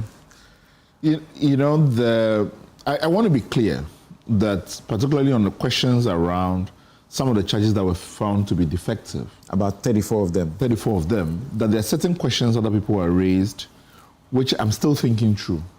Regarding where you say the charge is defective, has there been a finding on the merit? Because you have then struck out the basis of even proceeding then thereof, and for which reason should the consequence be acquitted and discharged, or that you, and as Gary has said, or that you go back to retrial? So those questions, again, I leave that open because potentially that will be some of the things that could come up with respect to what the Supreme Court decides in connection with those issues. But when you're reading critical things that are on the record, I am very concerned about the ways in which we go from investigation to formulating a charge and prosecuting. Because in the UK, which I'm familiar with, when the investigative authorities have prepared this, there's a responsibility on the prosecutorial authorities to sit down and sift through all of them and then make a decision whether or not they have reached a charging position before they go ahead and formulate a charge. In fact, lawyers go along with them to crime scenes, to do all these things, to make sure that they are dotting all the T's and crossing. Let's just take perhaps the most prominent I's and this about Tampa question. Okay, so there's an allegation that an investment was made, and the person says we were asked to return money because there was disagreement about the interest rate. You first follow, okay, how was the investment made? On what basis was it paid out? Was there a contract signed? Did it define the terms of the interest? We are none the wiser as to any of that arrangement. The person says that we were asked to return money and subsequently got a letter written for it. The person says that we received that letter from the secretary, because we went to the Master Secretariat and the secretary gave us that. That was not also brought, the person who supposedly handed over that letter was not called into evidence. None of that processes were followed through. When the money was withdrawn and paid in cash, we don't have any information as to whether or not there are corresponding bank accounts that shows withdrawal of the same amount. None of that happens in this particular case. The person says that Sedina continued to call us to be able to receive the money.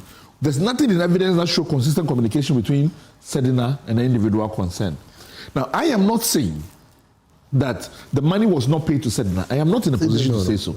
I'm saying that when I just look at how the investigative record was built towards establishing guilt, it just took the fact that this person says, this is a letter we have, and that it shows that the money was paid, and left it as such. I do not think that's sufficient, particularly in a situation where the person does not admit that this in fact happened. Then there's more required for you to do. Then there's a question of this disbursement to beneficiaries that the Court of Appeal found was insufficient, that in fact there had been an audit by Bafuewa and Associates in connection with this. And it says Bafuewa was not called to speak to this. They claim that there's a claim that money was paid to beneficiaries where there was no contact to be able to contact them, to be able to verify. I just don't understand the sort of the laxity around which we put a case together and then we present it to the court in connection with this. Now, it is not all lost, because in many respects, it means that you can go back to Obatampa in connection with this. One, either to prosecute the individuals concerned, or that you can take civil claims out against Sedina and the individuals concerned. And you can bring the case as a civil case to be able to recover money from the state. Isn't that the full expansion of what oral is supposed to do? Recover all loot. Meaning that even if you have failed on a criminal charge, we can then go to the civil claim and say that, okay, there's a low evidentiary burden. We can be able to put a lot more things together and be able to go like this again. So my concern really reading this, and you know what's interesting? I have sat in a meeting concerning investigative work that was being done in connection with prosecution, okay? And I walked away and said, this country is in big trouble. Yeah. Because the investigator says that, so they interviewed, said that this person was out of the country on the said date. And the lawyer then asked, how do you know the person was out of the country? They said, oh, in his statement, he said he was out of the country. You have access to the airports. You have done nothing beyond taking caution statements. And the vast majority of our prosecutions end only at statements taken. And that's it. That's how cases are established. So I have said consistently about how we investigate and prosecute white-collar crime in this country so many times that there's a serious capacity defect in the way in which we construct these issues. And that's something we have to take seriously across board. We know we can do all the political wrangling, but it's a serious problem at heart here that we have to deal with. And I think that this decision lays a lot of that bare in terms of the kind of conversations we have. How much of a doubt, even in the absence of Sedina in this trial, although she was part of the trial just up to the point where the prosecution had finished its case. And I think by the date was 30th or 31st of July. Like we normally are in a rush to go on vacation. Then she got the permission to go and to return by the 10th of October, when we would have resumed back again. And she never came back. And then 10th of October 2021, she doesn't come. The judge gives room. The whole of 2022, nothing happens. Then sometime in 2023, that is when they can conclusively say that she's not coming. Now, I was asking how much of a doubt, even in her absence, was created with this particular transaction, where, like Manasseh suggests, where while she was still there, they wrote demanding interest on the money that is allegedly already refunded. I mean, for me, I don't put any stock in it at all. Because you have a situation whereby, if in fact the money was not returned to chest, as far as the institution of Maslock is concerned, money has been paid out and we haven't seen interest on it. And so a letter goes out. Now, at the point the letter goes out, what is the conduct of Obatampa in connection with, but the payment has not been made? Do they then themselves lodge a complaint at that point? So those questions... They only reply to say, well, you forgot. We refunded your money. And then Stephen Amwa comes 2017. He repeats the same thing. Pay our interest. And then they have to inform them. So, and this is what triggers the series of investigations. I mean, Stephen Amwa's case comes later on because he then was not part of the transactions or whatever. But between the critical parties at that point, I don't put too much stock in the fact that Maslock itself wrote to Obatampa, because if she did not return the money to chest, of course, this... And as part of the beneficiaries, it remains that Obatampa is still a beneficiary, and so a letter would have been issued out. If she did not intend it, I don't put so much stock in the fact that she signed that letter, because, I mean, persons who have engaged in all kinds of stuff can do a lot. But at the point where Obatampa says, but we already paid money, and you're saying that, but nothing then happens, and what are you talking about? Nobody does that kind of work. That raises questions for me. Obatampa should have lodged Obatampa himself should have lodged. Maslock himself, in receiving a letter saying this, should have raised questions as to how was the money paid and to who and what processes that entailed. So none of that happened. That's what Maslock does in 2017. In 2017, they come back and say, no, the money does not happen, right? But that's when there's a change of administration, auditors are flagging these issues again.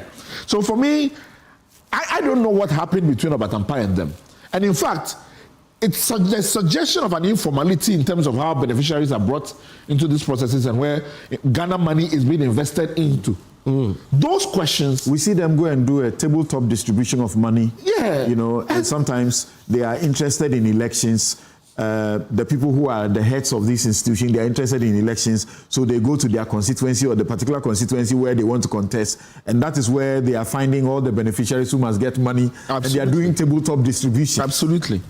So these are things which I think, I mean, there are also questions around, and perhaps this conversation around the Value for Money Act that we have now passed definitely bring into scope. I mean, I was listening to the documentary and in connection with Mark's involvement in this issue. And the suggestion was that the contract was framed so because of delay in payments back and things like that. Usual of government contracts. Now, in many instances, it is not written into the unit price. You said this is the unit price. There's a moratorium that is placed in place. And after the moratorium, interest begins to kick in. I cannot tell from what's here. What I've read is that was the unit price. Rather than this is the interest that runs off. Because you at that point cannot say concretely that the money will only be paid after 2 years when you are setting what your unit price is at a particular point. So there's a bit of questions there for me, generally, in terms of how that discussion is done. But I also want to be able to flag something generally in terms of our corruption architecture. So many instances, private parties are involved in processes by which contracts are inflated and things are done. We have no administrative mechanisms for blacklisting companies, for blacklisting directors that are involved in these deals, in order that we do not repeat them or get them involved in this, so that there's consequences down the value chain. These are things that we have to be thinking of, holistically in dealing so with. that Obatampa would have been blacklisted. But you know, like there's something. Nobody would deal with them. Or Mark Motors. You know, so okay. I'm going to Mary now, but gentlemen, can I get you on a minute? Yeah. The judges are being faulted for entertaining the appeal in the first place. That she was convicted in absentia, she was a fugitive from justice, you know, and there were extradition processes that brought her. Yeah. But the appeal was filed while she had run away. Yeah. And the states raised the issue that don't even listen to her appeal. Yeah. Because she should have been in Nsawam before you listen to her. No. I'll say one thing there. I mean, I've been thinking about this over and over again because I've been trying to relate it to the Supreme Court decision in recent case of Fred Akwete regarding the right to vote, where there's a seeming suggestion of an abandonment of the right by violations of law, even though the Constitution itself does not entail that the person could lose their right to vote. And I've been kind of wondering whether or not a similar analogy would impress itself on the court in these instances where the person refuses to show up. Would they have forfeited their right of appeal? Because the Supreme Court similarly agreed that in the right to vote you can lose it. So can the right of appeal be lost? For instance, I mean, everybody knows that I'm pro individual rights and individual liberties. So I do not agree that a person should lose their right either to vote or right of appeal. But I know that in one instance, this is kind of the approach we have taken. That I wonder to see how that would fare on appeal, if that's one of the points being appealed. Okay. But generally, I believe that you should be able to appeal. That matter came up in court. There was a preliminary objection filed by the state. That's the point I'm making. Yes, but the judge addressed that. Just like Oliver has said, the Constitution doesn't put fetters on right of appeal. So even in that case, the public is saying that. I'm sure you're going to talk about the procedures that were not followed. They still say that's fine, no, we need to which is not unusual. Okay. To deal with the substance and forget about the technicalities. Okay. In fact, questions are being asked that calling about 30 or 34 of the charges defective. The law actually also says you shouldn't depend on technicalities to acquit and discharge in these circumstances. But the court said they didn't treat this as mere technicalities, but they treated it as fundamental. The members of the public are saying, can you imagine the incentive? Always find a way to run away. You can appeal even when you are not here. Well, I agree with you. We all thought that way.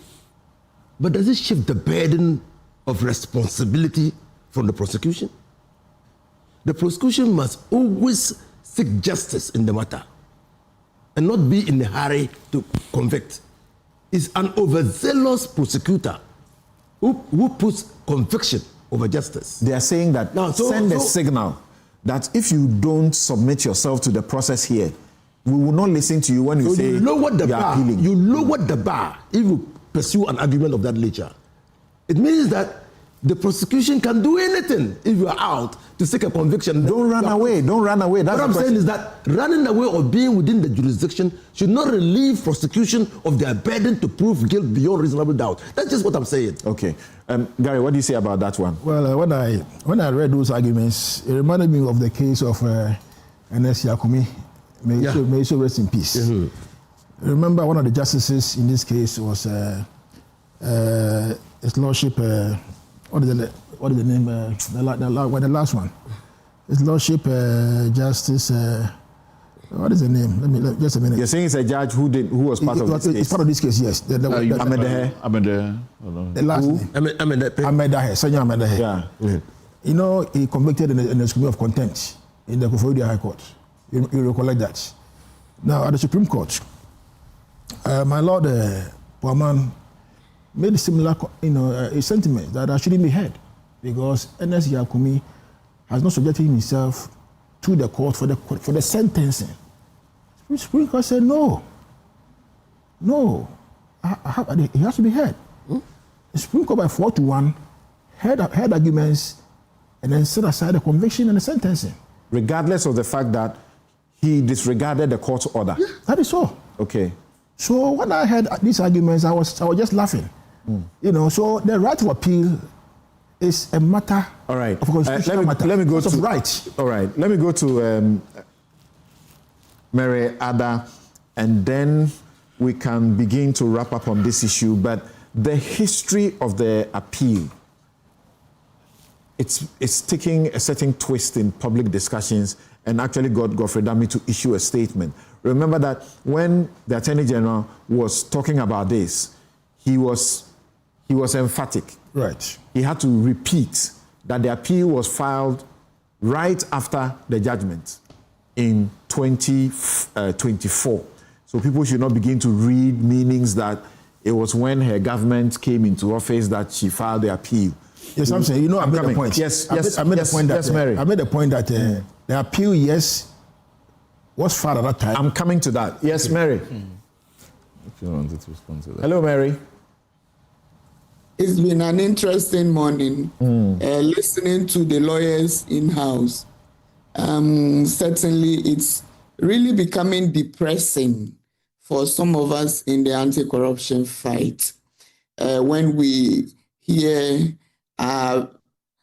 humble, very dedicated, learned persons speaking this way. It's sad. It is true that the court has done its job per the evidence that is available for me. That is it. And I don't want to go back into the various examples Manasseh has given. But I also have an issue, or a few of them, that I wanted to add to what Manasseh and others have already spelled out when it comes to the issues of accountability. So when would our courts then begin to identify that people cannot just get away with some of these atrocious crimes? In fact, they are crimes. You cannot just say it any other way. How is it that somebody initiates a process, procures vehicles and buses, when the people who needed them indicated clearly that we want something else? They are procured, they come in, nobody uses them, they remain waste, and we go to court and come back with this decision. And we do not have any issue on the issues of accountability to talk about. Perhaps I was telling Oliver before we started that these are some of the circumstances that compel me to support those who are saying ordinary citizens should just go into Saglime and begin to occupy those, rooms, because it's rotting away and it's our money, nonetheless. It doesn't make sense. I have become sadder and sadder as we have progressed. And let me say that my brother Inusa is speaking based on the law, but today, all of them, I don't know what to say. I'm really very sad. Buses are procured. These buses stood, and when Manasseh did the investigation, these were covered by weeds all over.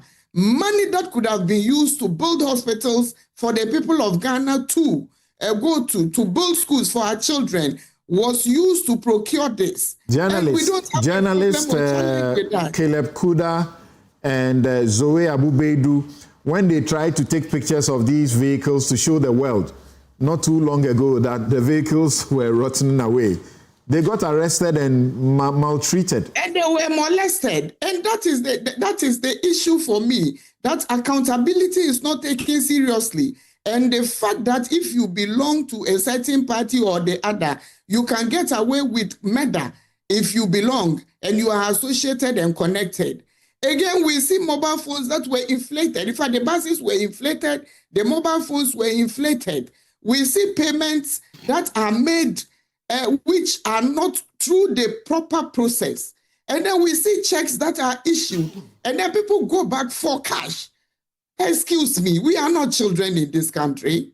We all know for a fact that if there is a repayment, where do you give a person a loan, the person tells you, oh no, the loan, the interest at which you are giving it to me is beyond what I expected, and so I don't want it, I'm bringing it back. And then you say, oh please, you don't bring it back in cash, give it to me in cash. And I drive to a certain location and go and take it in cash. Abba Samson, are we children? Excuse me, we don't want some of these things to be said. And I believe that it's high time that the courts should, as they talk about the criminal issues, begin to highlight some of these. But to just say they've dismissed everything based on criminality, and then you leave the issues of accountability lying waste, then people continue to get away with some of this, and then whoever is sitting there today will say, okay, so if Sedina got away with this, I can also do it and get away.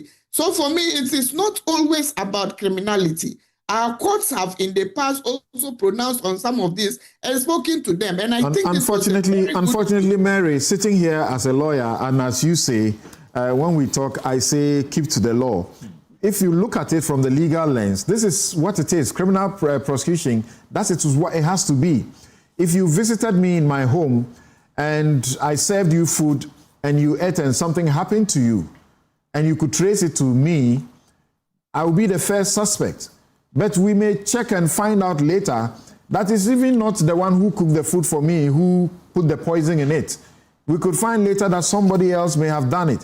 And yet, you come and pick me, you don't do further investigations, and you want the court to put me in jail when it may be the case that I didn't do it. That's why it is like it is what it is. Samson, I totally agree with you. But when we have clarity on some of these things, admittedly, I believe that there are certain instances where we all must accept some level of culpability. And it's also on us, civil society and citizens. Let me say that our appetite is so high for corruption to be prosecuted and prosecuted very expeditiously. And so we also give pressure. But that is not to say that when somebody has given a loan to someone and the person says, excuse me, I don't want this loan again. Where does it happen that that same person decides that, okay, since, since I gave it to you in check, now I want it in cash. You allow me, let's meet somewhere and we'll take it. For the common sense that we all have, we know there's something that would have gone wrong. And I believe the court could have gone further to say that for some of these issues, some accountability measures could be preferred for going forward. Okay. Some administrative sanctions could be explored, but just to dismiss and acquit, for me, I believe, was not the right way to go. Okay. Again, I believe the court could have ensured that they were promoting some or encouraging some level of institutional learning. It is true that I've heard this morning and on other spaces during the week that sometimes the haste with which and the excitement with which investigators would do some of these things could lead to the outcomes we are seeing today. And again, you mentioned the fact that the former Attorney General has also come up, has been cited for the haste, and I've seen some commentaries around this.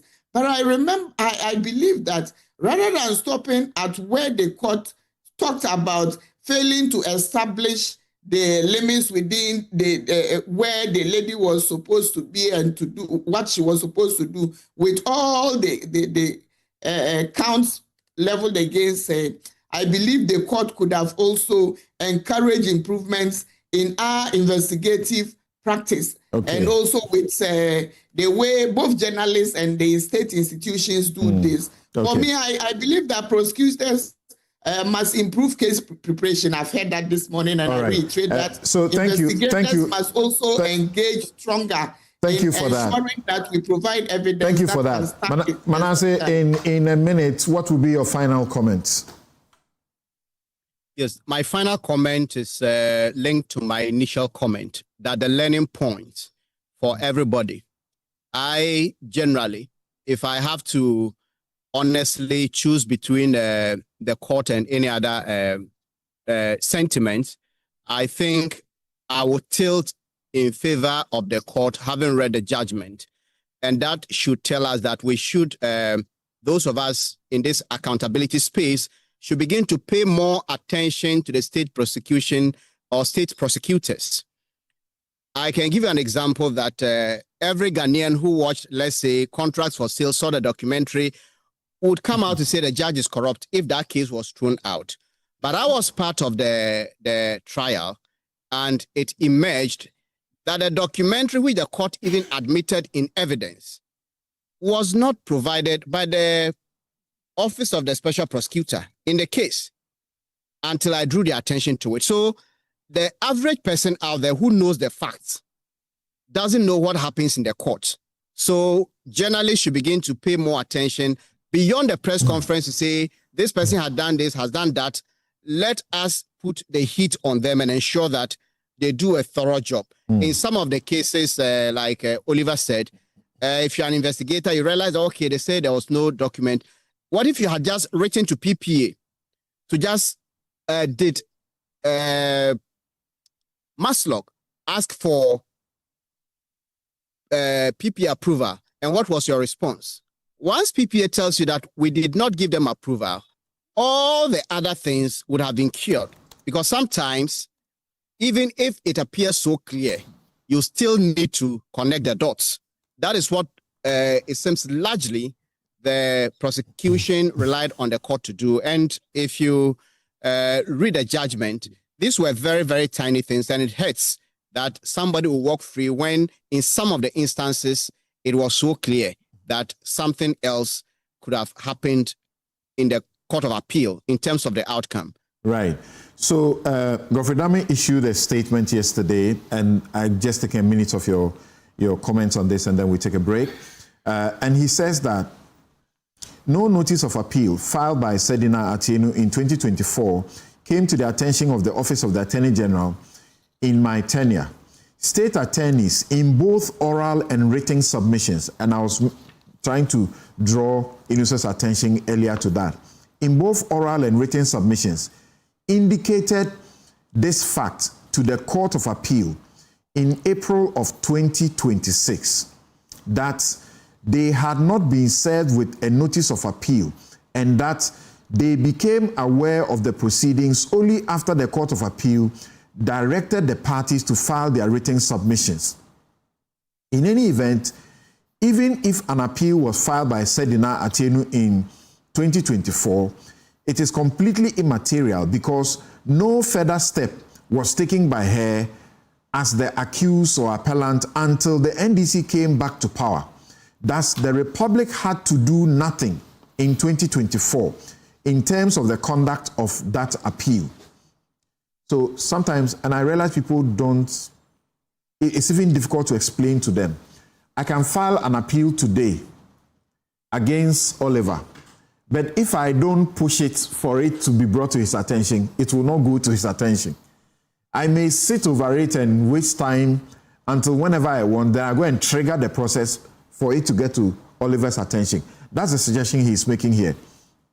He says that what I, as Attorney General, who has superintended a successful prosecution, had to do was to ensure that the convicted person, Sedina Atienu, was brought to Ghana to serve the sentence lawfully passed by the High Court of Ghana.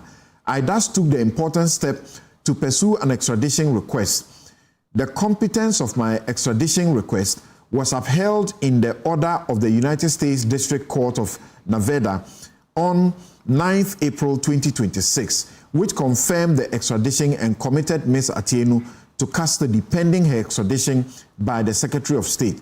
Throughout the Sedina extradition proceedings, which commenced in July 2024 and concluded in April 2026, no mention was made of an appeal filed by Sedina Atienu in 2024 against her judgment, not even in the process filed by Sedina herself in the U.S. District Court.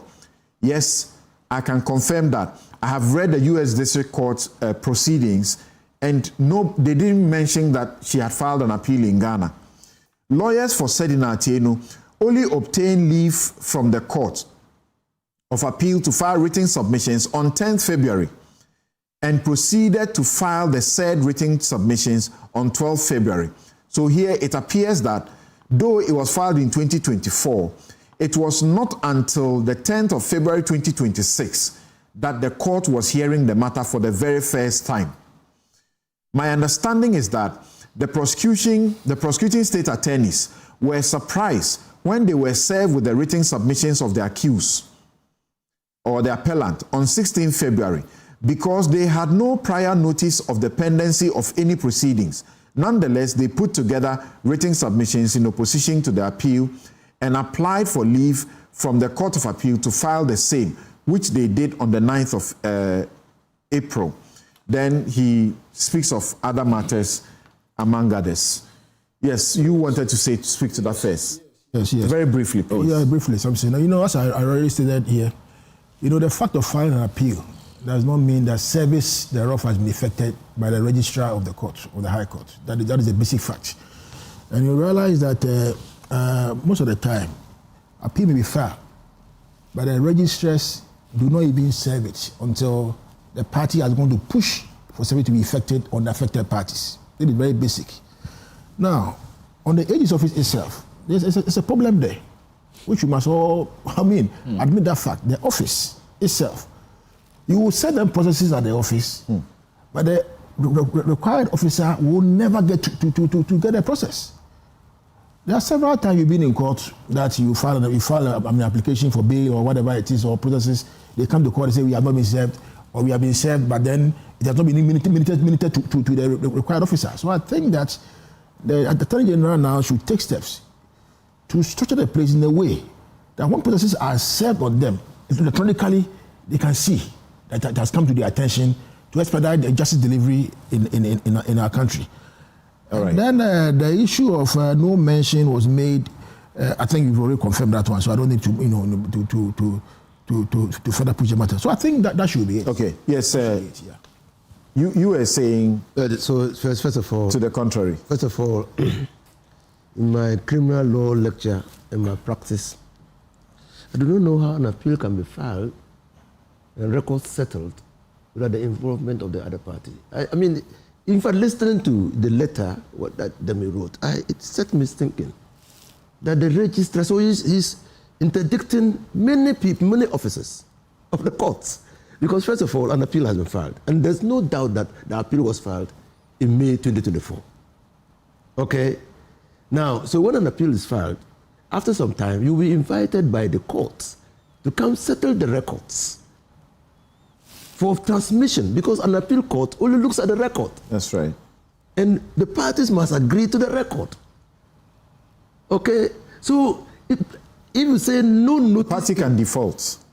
And then one party goes to settle the record. Oh yes, the party can default. Yeah, oh yes, it can happen. But it can't happen without the other party service. Served. Yeah. Served. It can't happen. Served. It can't. There would have been proof of service before it goes so probably, off. No, probably. So again. Probably. Hold on. Probably, the service maybe was effected, all right, but then they didn't participate in the process. Yes, it can also happen. Yes, it can also happen. So it brings my, because you know, at the core of criminal prosecution is the curtailing of the fundamental rights of persons.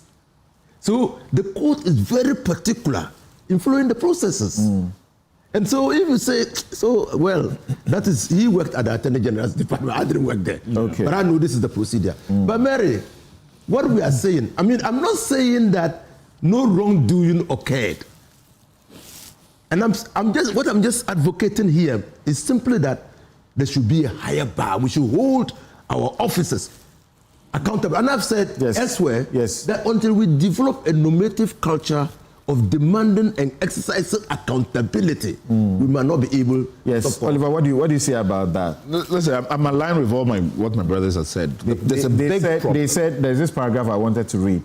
At paragraph 7, it says, in their written submissions, that's for the state, the principal state attorney repeated her complaints about an incomplete record of appeal, an omission from the record of all the exhibits tendered by the prosecution at the trial. Yes. And the fact that they, quote, became aware of the instant proceedings after the court had directed the parties to file their written submissions, end quote. That's why I was telling Inusa that if he reads the record, he will see the instant that the state, the court. the state the state, it was only in, is it April or sometime in February that they became aware of 2026 of the appeal, according to their own, To be honest, I put very little stock in the idea that we were surprised. Some attorneys were saying they were surprised to receive written submissions. Not because I doubt this, but I know that the AG's office and their record system is such I don't even know how to describe the process they have there. In fact, in my own office, we have taken a principled point that any time the AGs comes to court and ask for time, whether in the Supreme Court, will consistently oppose it. And we'll tell the court, because I remember no matter how you oppose it, CDD, always get the time. In the CDD matter regarding the Auditor General, the court claimed that the parties have not taken steps to move the process forward. And I say that if you say that, and if after 2 years, we have cases in the Supreme Court over a year has not been responded to, they come and tell you that, it was just brought to my attention, and continue to do this, they will continue to show you disrespect. It cannot be an excuse that, the AGs, and it's too notorious for this to be something we continue to let pass. For me, I have no sympathy for the office in terms of how they deal with these things. I can testify to that, except that the court always indulges them. That's the problem. It doesn't matter how long, how tardy they have been. That's the problem. It doesn't matter how they have treated the court with levity. They don't take. They still allow them. For me, my biggest worry is even the Supreme Court. And then they will hold you to ransom. Your case is not moving because of them, but they are always entertained. But if it is you, the private practice, or you make a small mistake. Absolutely. I have seen prosecutors not show up for years. That is why an accused person doesn't show up even late. We are issuing bench warrant. Exactly. I'm saying, what are we doing? Exactly. All right. So let me share some of your messages with you.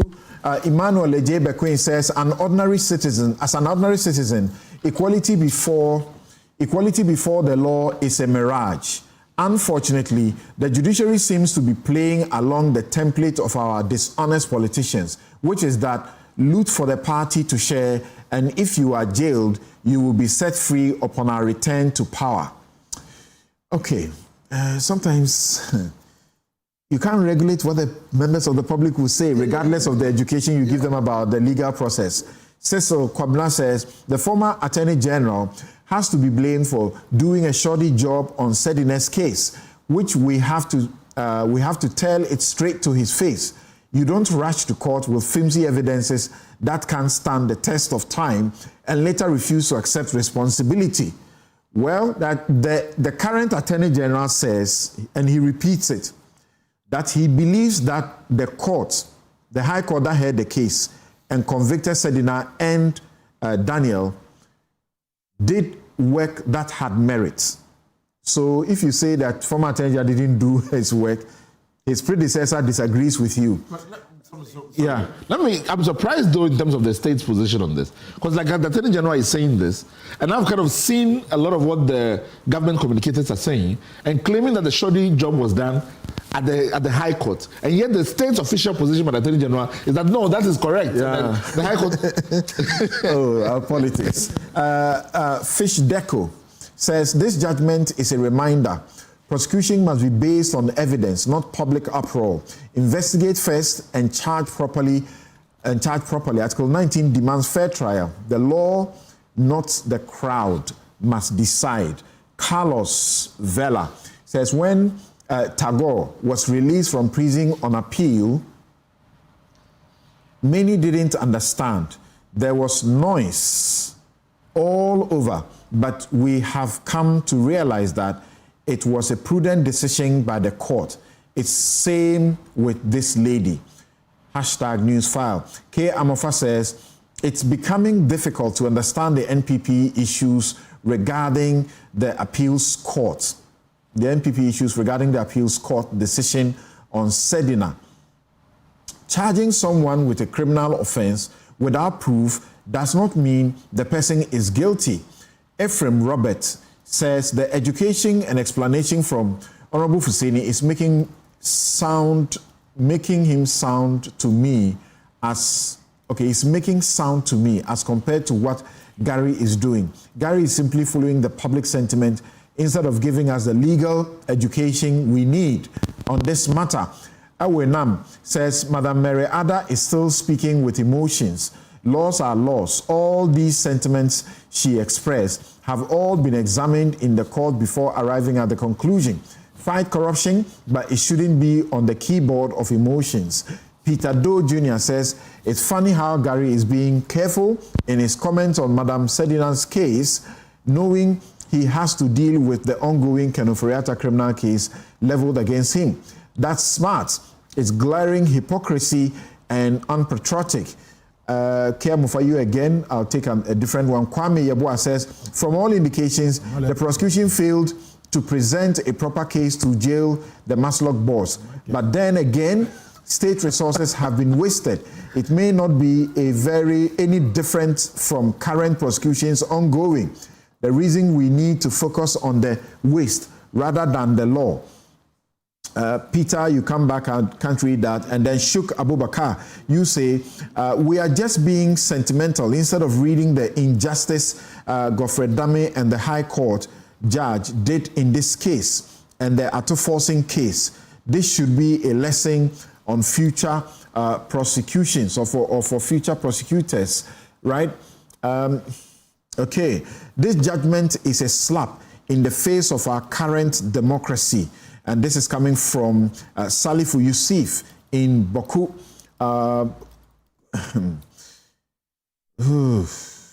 Right, okay, someone said I should have read the whole of the Godfred Dame's statement. I did what I could do. Nanahesi Ojiri says that this quote sums up the current political happenings in our country. When a nation pardons its criminals faster than it rewards its heroes, it teaches the next generation that corruption is not a crime, but a career. Okay, very many interpretations. Yakubu bin Chambers says that, can we get serious in this country? Are we painting the picture that public sentiments in matters of corruption scandals should be swept under the carpet? All right, I think I'll pause here. We'll take a break. And then when we return, we will stay with still the court taking away Delegate's cocoa season, because the guy sitting here to my left is the one who is giving them this particular trouble with his clients, Frimpong Boateng and the Nyaho Tamaklu and Christine Amwako Nyama, right? Right. So we'll take a quick break and come to that. But also, the Constitution Review Committee presented this report to the state. The state has issued its position paper, and there are interesting stuff in there. We will be right back. Civil society actors in corruption must turn their attention to the severe capacity gaps in our whole prosecution system, from police prosecutors to AG prosecutors. It is real, it is historical, and it needs to be worked on. Dr. Abuaji says that. We'll be right back. The government has accepted a recommendation to extend the term of office of the president from 4 years to 5 years, with the term of parliament extended to correspond with this. Our thinking is practical. Under the current 4-year cycle, the early months of every administration are consumed by transition matters.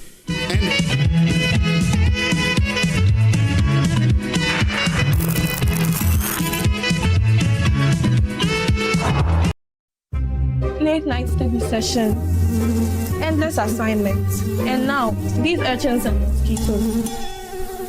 You guys are sitting here just have you done the assignment Mr. Pachi gave us? How do we do this assignment?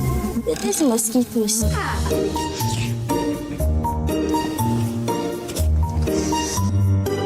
me quickly upload this and deal with these mosquitoes. See miracle. Abro mosquito spray. Solution to keep your home mosquito free. Mom, this is what I call a good night's sleep. Oh yes, baby. With Abra Mosquito Spray, you get to sleep comfortably and wake up refreshed. Marketed and distributed by Kosharish Ghana Limited, number 5 Sprintex Road, Accra, Ghana. Please call 0243-690-066. Abra Mosquito Spray. One blast, total protection.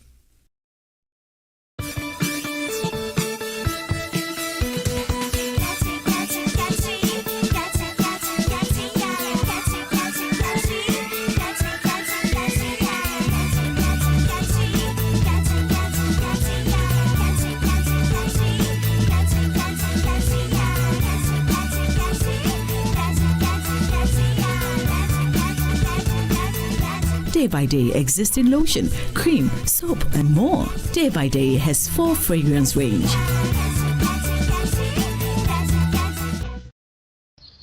Welcome to a place where everyday living is reimagined, where space, movement, and community come together effortlessly. With thoughtfully designed spaces, modern facilities, and everything you need within reach, you don't just live here, you feel safe, comfortable, and at ease. Step inside Eden Heights and discover spaces crafted for comfort, style, and everyday living. And just when it feels right, you will know.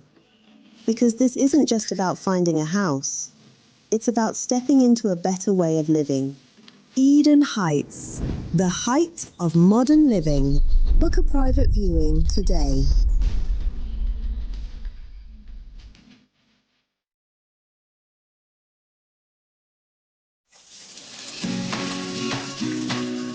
Mommy, good morning. Good morning, my son. How are you? I'm fine, thank you, Mom. How about you? I'm fine. Joe, I just saw your mom doing her usual morning routine. Like, it was just 2 weeks she underwent a major colon surgery. Bro, see, my mom is doing perfectly fine, and we're all excited about it. It was minimally invasive surgery, and the recovery has been very fast. Minimally? Hey! No, wait. What do you mean by that? So they offered my mom a laparoscopic colon surgery. Laparoscopic colon surgery, which we accepted. It turned out it was equally safe with a very fast recovery time, and the cost involved too was very, very reasonable. She was discharged 3 days after the surgery, and you can see her, she's on her feet again. 3 days? Just 3 days, bro. Mean Tuber Hospital, first Ghana colorectal center, aimed to serve a peculiar health need. Having gone to Translight Solar, really, it's been one wonderful experience. Since the system was installed in my house, my daytime could be somewhere around 20 cedis. And so I've seen a marked reduction in my bills. And because of that, I am not paying as much as I used to do when I was relying solely on the national grid. My house has now become the city on the hill. With this current doomsaw, anytime my area is off, my house is well lit. Everything is on point. And I can get as much as 13 to 14 hours with my ACs and everything working perfectly well. So I can say, as for Translight, they are the truth, the way, and the light. You have to speak to Translight today. In fact, speak to them now, right now. Translight Solar. Translight Solar. Discover Willow Lane.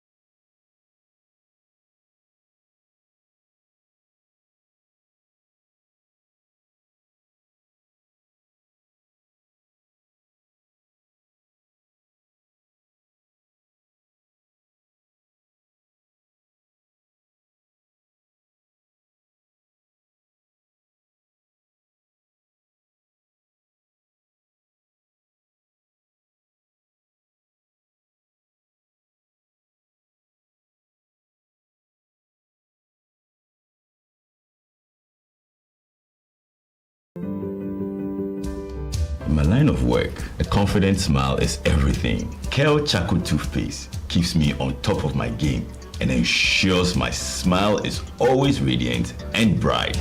With the tiring nature of my job, we spend several hours under the scorching sun. To keep our teeth white and our breath fresh all the time, we use none other than Kale Charcoal Toothpaste. Kale Charcoal Toothpaste. You're on a Kessie and in a kit one. Samayo Kendini, who be here, Semetra Sapapadia to Amame Manfo, Kale Charcoal's natural ingredients, and a bomb is civil buying, a man is swing, Nesasu Mama Hotoso, a will beg you. Kale Charcoal Toothpaste. Choose Kale Charcoal Toothpaste for anti-cavity, whiter teeth, and fresher breath all day. Available in 80 gram and 150 gram. Grab yours today. Kale, happy smile.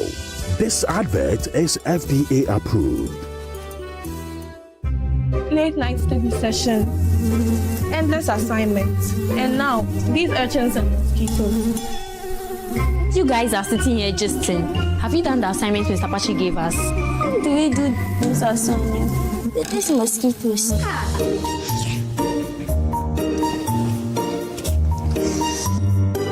me quickly upload this and deal with these mosquitoes. See miracle. Abro mosquito spray. Solution to keep your home mosquito free. Mom, this is what I call a good night's sleep. Oh yes, baby. With Abra Mosquito Spray, you get to sleep comfortably and wake up refreshed. Marketed and distributed by Kosharish Ghana Limited, number 5 Spintex Road, Accra, Ghana. Please call 0243-690-066. Abra Mosquito Spray. One blast, total protection.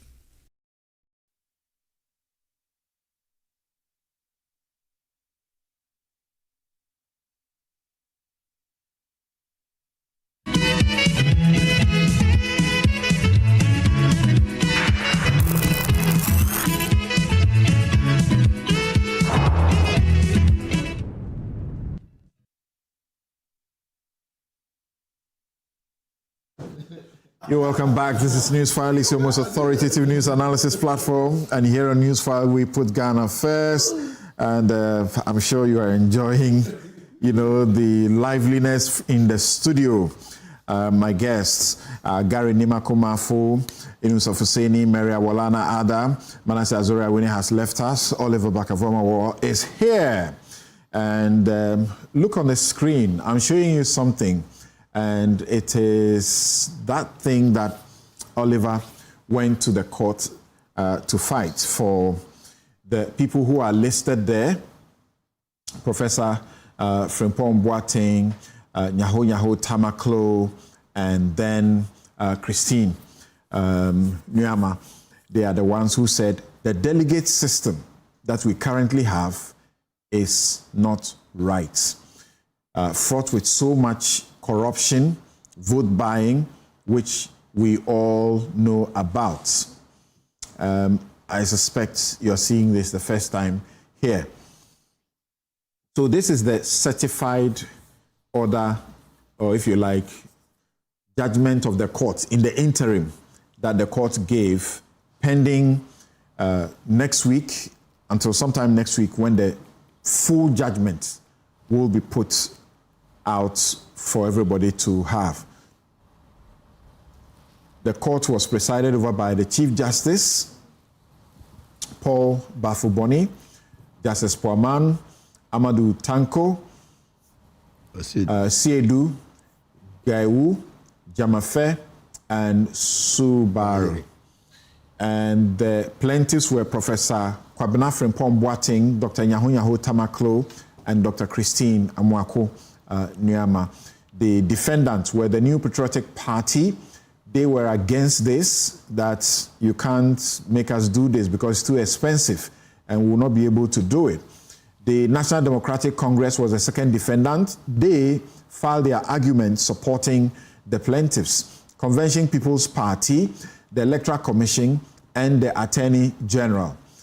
This is what the court had to say. I'll just bring you to speed on that briefly. The court said, this is the court's decision by a majority decision.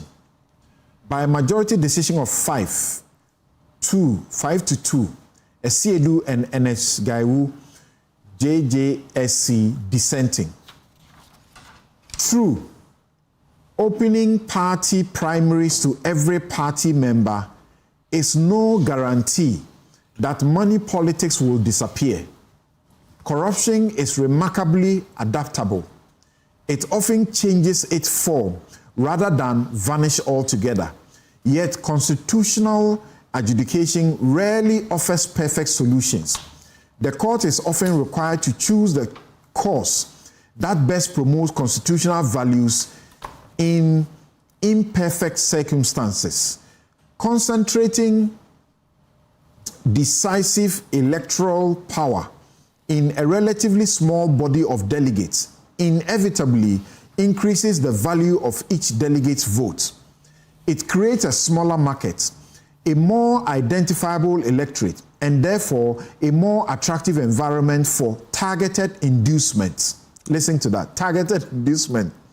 A broader electorate may increase campaign cost, but it also disperses political power among thousands of ordinary members, making it considerably more difficult for electoral outcomes to be shaped by a relatively small number of transactions.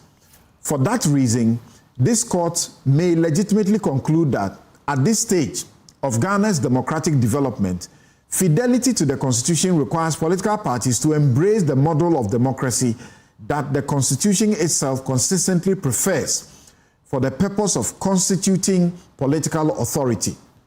Accordingly, we answer issue 2 in the affirmative, forget about all of that, and then in conclusion they say, for the reasons outlined in the full judgment, all the relief sought by the plaintiffs are hereby granted. It is hereby ordered that all political parties registered with the Electoral Commission are restrained from selecting presidential and parliamentary candidates through any form of electoral college system, and shall, not later than 1 year from today, establish a system for selecting presidential and parliamentary candidates that enables all registered members of the party in good standing, as determined by the party's constitution, to directly vote for the presidential and parliamentary candidate. Notwithstanding our decision herein, all decisions, appointments, elections, directives, and other official acts lawfully undertaken in good faith, pursuant to the impugned internal arrangements of the NDC, MPP, NDC, all of those other people, before the date of this judgment shall remain valid and shall not be invalidated solely by reason of this judgment. Right. The full reasons will be available from the 6th of August in the registry of the court. Oliver, Mariada and her team, this is not the case they came to for the court. In the court, you and I were sitting by each other, and they jumped in celebration. Tell us, how did it even come to your mind that you can go and ask the court for this and get it? Thank you, something. I think that, I had a conversation with Larry Bevlo-Latte after this, and he talked about how he believes that the circumstances, the plaintiffs, and even the reasoning of the court and what went through their minds in this matter is something that it will be useful to document and perhaps write about subsequently, and I agree. That, in fact, when we had later filed the case, that even within our own firm, it turns out there's a professor in the US who had first reached out to us and had a consultation with us whether or not this is a matter we'd be able to pursue. And we had gone back and forth. And our sentiment was, it's going to be a very difficult argument to make. And so we didn't proceed further. So I got the call, from the senior citizens about going back at it again. And so it took a real sitting down over a long period of time to see how could an argument be crafted within the scope of the Constitution that the court will not treat as a frivolous argument to make. On the very first day you were arguing, I'm sure you lost hope. No, yes, I felt that. Yeah, I felt the pushback because by every indication we're trying to invite the court to a particular kind of reading of the Constitution, which on its face is not the most obvious. I mean, there's no point in anything we have drafted where we are saying that the indirect system that the delegate system has is undemocratic. That's right. We don't say that at all. In fact, what we're trying to invite the court is to say that democratic must have a particular meaning which must be gathered from a textured meaning that must be gathered from the document itself. And that we must listen. It's like putting your ear to the Constitution to try to listen to his voice to find out what does it want in this scenario, right? So it's a very crafty argument that has been the spirit rather than the letter. Yes. And I remember, even after I'd done this, I had spoken to Professor Raymond Atuguba, who everybody knows is a mentor of mine. And we went back and forth at it. And he was also struggling that he feels like they might want something more, black and white to be able to get there. But it's not the first time the court has listened to the spirit of the document over a text. The 31st December case, for instance, is an example. So I knew that there's something that could be brought to bear here. And the way in which we went about it is to get the court to agree that there's hopefully agree, because I haven't seen what reasons compel them. For sure, one of the things that we discounted and I didn't want to get into is the question of the monetization. It's the reason why the plaintiffs approached me. But the lawyer knows that in framing their case, you kind of want to be sure that what it is you can be able to defend. And I know that going into the monetization questions raises the evidentiary bar for us to be able to surmount and to get the court to agree to that. So because there are already laws that prohibit the monetization. There are laws that prohibit monetization. It's a difficult argument to make to say that the laws itself are not sufficient. If we feel like the state is not performing its function, compel the state to do more in that regard. All those questions. The major opposition is that this is too expensive for the parties. I mean, my position on that is that in terms of the conversations around the monetization of our elections, that, for instance, CDD and others have talked about, the vast majority of it is not just the logistics cost of election, but the amount of it that goes into corrupting or attempting to corrupt the process. And that if, and I have no hope, and I mean, I like instead of what they have said now here, and I share those sentiments, that the mere fact that this may not entirely eliminate money in our politics doesn't mean we shouldn't try. But the most important thing in terms of the question you have asked is that the logistics and the cost of election, we have to admit to ourselves that there's already enough state funding that goes into how political parties organize their primaries. By mere presence of the Electoral Commission in supervising the election, these are people that we pay. So we have to be able to have a holistic conversation about what is the extent of how the state picks up some of the bill as this goes forward. And that's the conversation we need to have with the political parties, with the state, the elections manager itself, that we craft a system that responds to the new challenge that this poses. But also importantly, it is not true that our democracy does not impose any cost on the political parties at all. When you look at the Political Parties Act, they are required to maintain offices, I think, in all constituencies. That's right. That is a huge challenge for a lot of the small parties. But it is deemed as conditions in all constituencies or all districts? All districts. Yeah, that's even heavier. Yeah. So you have a situation where now those are already costs that are conditions of access for you to call yourself a political party. But I have no doubt that it allows political parties to be able to amplify the processes of building membership, of ensuring that they're able to raise internal revenue. All of those conversations exist. What has been done in the past is subsidizing that in a way that, for me, I demand democratic, by ensuring that the filing fees do the work, which for me limits how people then can present themselves. Now the burden should be shared across board. And we were clear that we were saying the party members in good standing. That question can be litigated as to what that means, how much you need to pay, whether there should be a cutoff point, whether another person can pay your dues, because that can also bring another element of. And so I don't think that, and I think that this is why the Supreme Court is very wise in saying that let's give the parties a year to be able to figure out how we transition the process forward. I know some of the parties asked for that. I think the CPP asked for 3 years or 5 years, I can't even recall. The Attorney General asked for 6 months, the court went for a year. That everybody recognizes in these circumstances that there is a transition that must happen. And I think that that's a conversation. Did you expect that any of the defendants will agree with you on this matter? No, I did not. In fact, and this is a bit of insider information, I have always been a member of the CPP's legal team. And so when we filed this, there was a discussion on the CPP legal team's page as to how they should respond to this. And I said, well, I am conflicted in the matter, but I think that this offers a small party like the CPP a chance to reorganize and perceive aggressive, membership build-up. I was kicked out of the platform. The document I saw that the CPP had filed essentially in agreement, even though they were asking for time. So yes, I was surprised that the parties would. And the NDC also filed to agree. The NDC filed to agree. Then the Attorney General. In terms of this. In fact, from what I understand, and I don't know whether any of this is true, that there were some suggestions that this was being done to, curtail Asidu Ketie's influence in the party and things like that. Good you brought it up.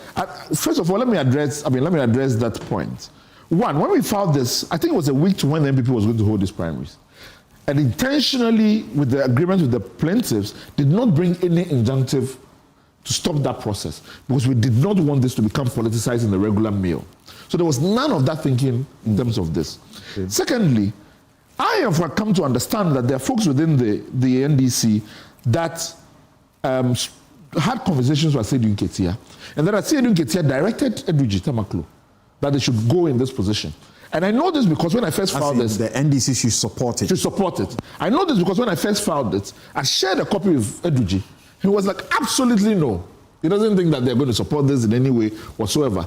So that he later has said publicly that the direction to him came from Sedina Ketia. Yeah. So there's no suggestion that anybody... And Edwidge is the head of legal... The head of director of legal of the NDC. Yeah. Right. That there was any suggestion that this was something that some persons were targeting Sedina Ketia in this particular regard. We must remember that he was General Secretary when the NDC first introduced this. Right. And so that I believe that he himself has always been in support of this idea. A lot of suspicions go around in this town, and the way some people can elevate the suspicion and defend it. Anyway. Something. Yes, Gary. Do you remember ROPA? I must say. Do you remember ROPA? Yeah, I did ROPA.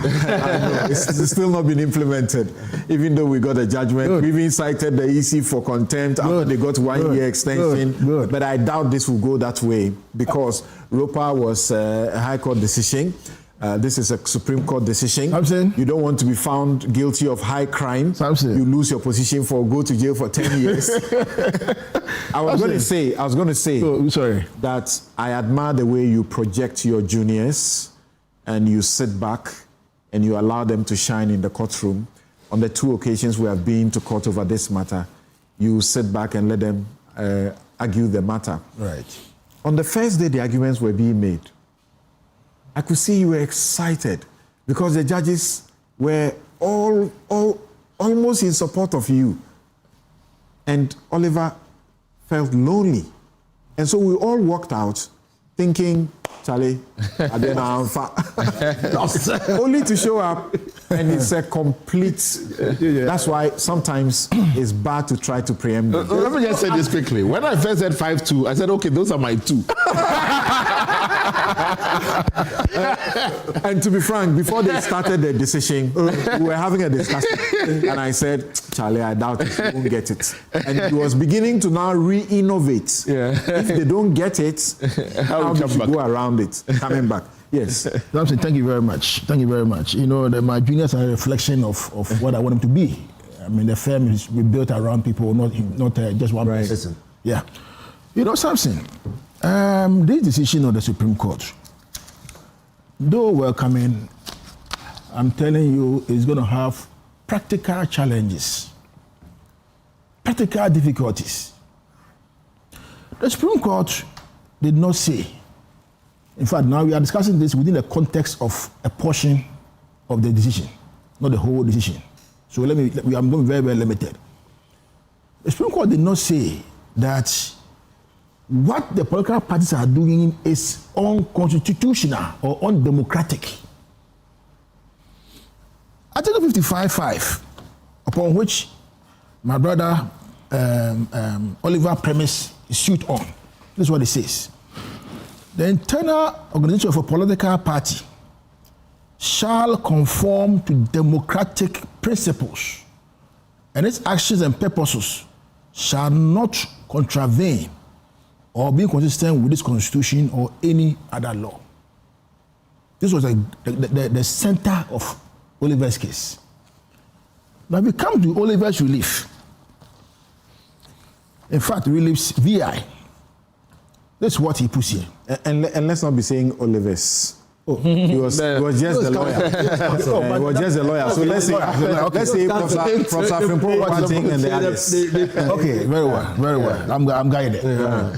Now, it's a declaration that the electoral college system established under Articles 43 and 44 of the Constitution of the second defendant here, that is NDC, for the election of its presidential and parliamentary candidates, which confines or restricts voting to specified executives, office holders, and delegates to the exclusion or material disenfranchisement of members in good standing of the party, contravenes the preamble and Article 1, 33.5, 17, 35.6, D, 42, particularly here, 55.5 of the Constitution, and therefore unconstitutional, null, void, and of no effect. That is the crux of the case. I submit, in all humility, that before the Supreme Court could proceed to decide against the defendants, of which MPP was part, the court ought to have declared the delegate system as unconstitutional, as undemocratic, and then now proceed to give consequential reliefs. But here, they didn't declare that it's unconstitutional. The reason, the part of the reasoning that Samson has read to us, which I was in the courtroom and I listened to the reasoning, did not say that the delegate system is unconstitutional. So the question I asked myself, how then did they depart to now say that we should now allow every member in good standing to take part in the process? That's my difficulty with the decision. I have no difficulty at all if every member of MPP who's a member in good standing is taking part of in electing officers of the party, whether both at the polling station, electoral area, constituency, region, or national. Do not forget that the party does not impose any officer on anybody.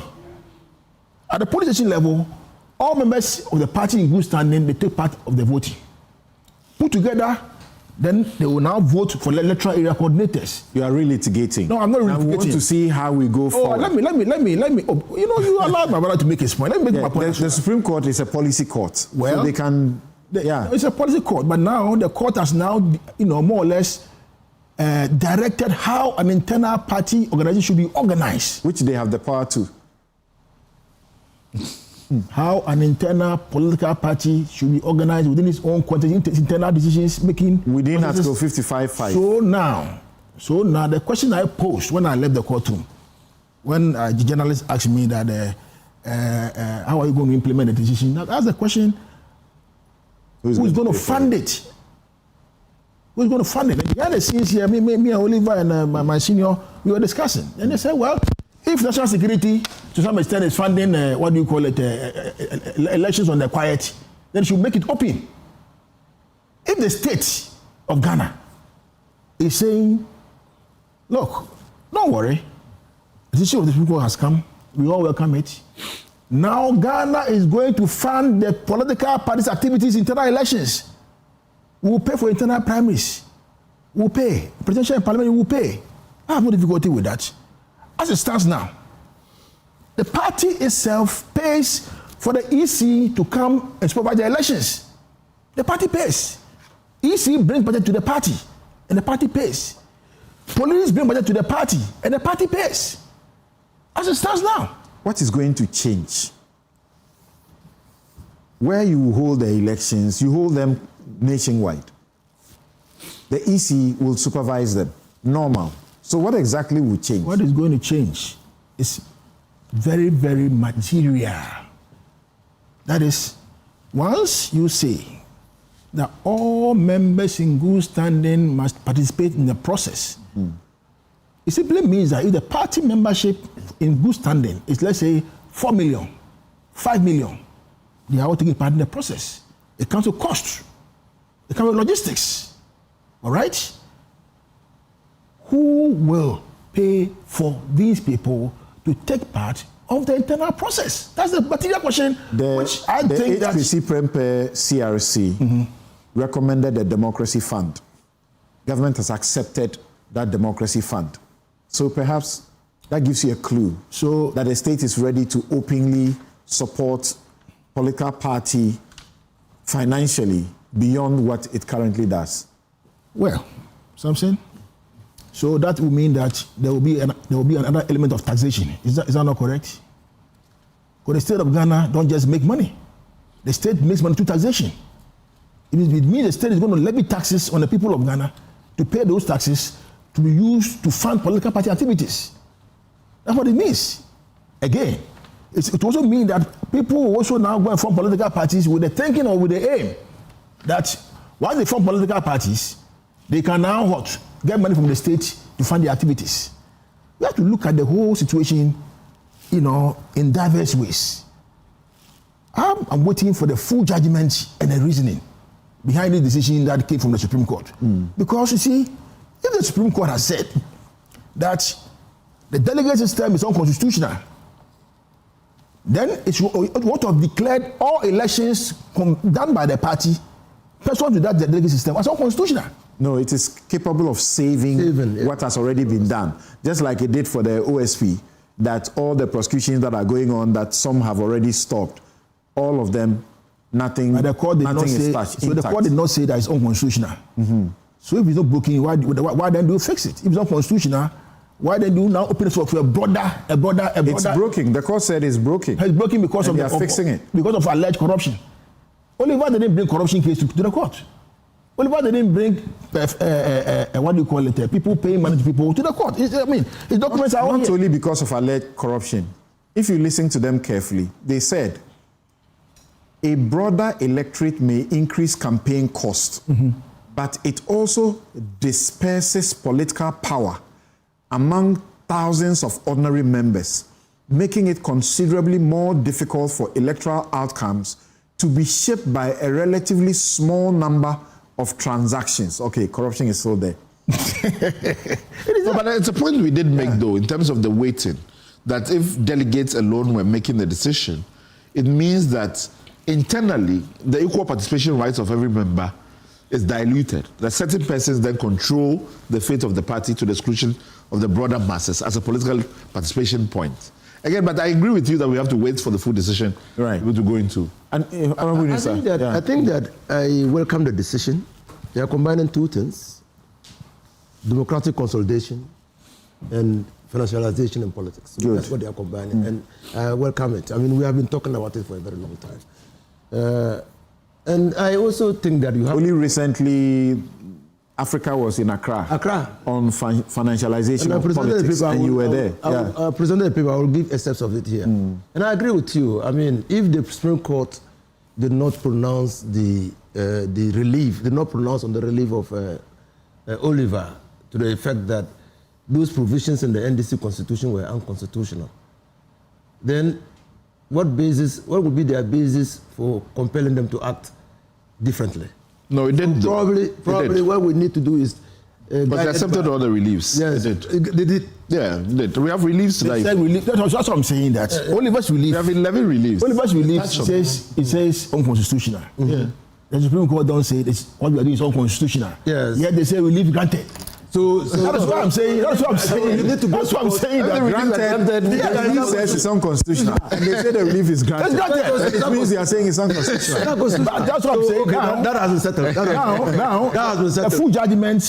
The full judgment when it comes, relief was granted. It has been settled. So I agree. I think that, I mean, I perfectly agree. I told him when I came in that they should have invited me to be part of their court, because this is what we should be doing. And I'm not surprised NDC did not oppose it. And MPP ought not to have opposed it. Because I've been having discussions in other forums. Hold on. In other forums. Hold on. 1 second. MPP did not oppose it. 1 second. Just 1 second. You know when this case was filed, the Attorney General and MPP were on one side. We were in agreement. No, please. We were in agreement. I'm not talking about... We were in agreement. I'm talking about now. Immediately, NDC filed their response. And they said that they were in agreement with Oliver and the plaintiffs. They said, no, what they filed is the wrong one. They want to go and refile that under one. And then that came back. They came back now agreeing with Oliver. I'm just talking in principle and practice of the MPP over the years and NDC over the years. And you could see consistently, to try to fight monetization or financialization of politics, they've always expanded the electoral college. MPP started with an electoral college of about 60,000 to elect the president. At Denta, a case in point, in 1992, 1996, you needed small resources to win primaries because there were only 9 people voting in Adenta. Because polling station chairmen were responsible for voting the parliamentary candidate. Yeah. And there were 9. 9 people. I remember sitting on TV in those days and somebody saying that you just need $10,000 to win Adenta, the primaries. So they also saw it, that the way to deal with monetization in politics was to extend or expand the electoral college. We, in 2015, came to a decision that that was the way to go, to get all party members in good standing to be part of the system. And we used it to elect a member of parliament then, and then the president, Don Dramani Mahama, our presidential candidate. but it has got implementation challenges. We can't run away from it. It has got implementation challenges. In those days, I mean, there was infiltration because there were not guardrails. When do you compile the electoral register, for instance? Because a credible electoral register is sine qua non for the integrity of elections. And so when do you? So people, when the policy was being implemented, electoral officers bastardized the system and got onto the register people who just turn up and they were registered. There was no attempt to verify their allegiance or loyalty to the party. And so they got them. And that skewed the outcome of various parliamentary elections and got NDC to lose most of their parliamentary elections. So that is implementation. At what point do you cut off the registration for funding of political parties? I think it should be easy.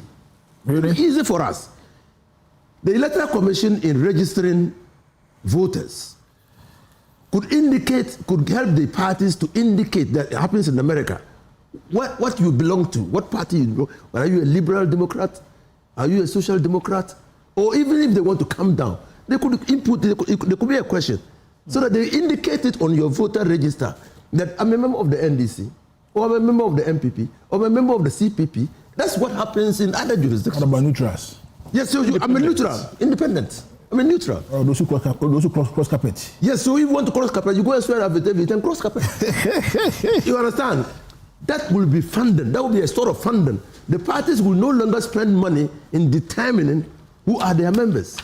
And you can't just quickly walk to a party office to register to be a member of the party when your card shows otherwise, unless you swear to an affidavit in court changing your membership.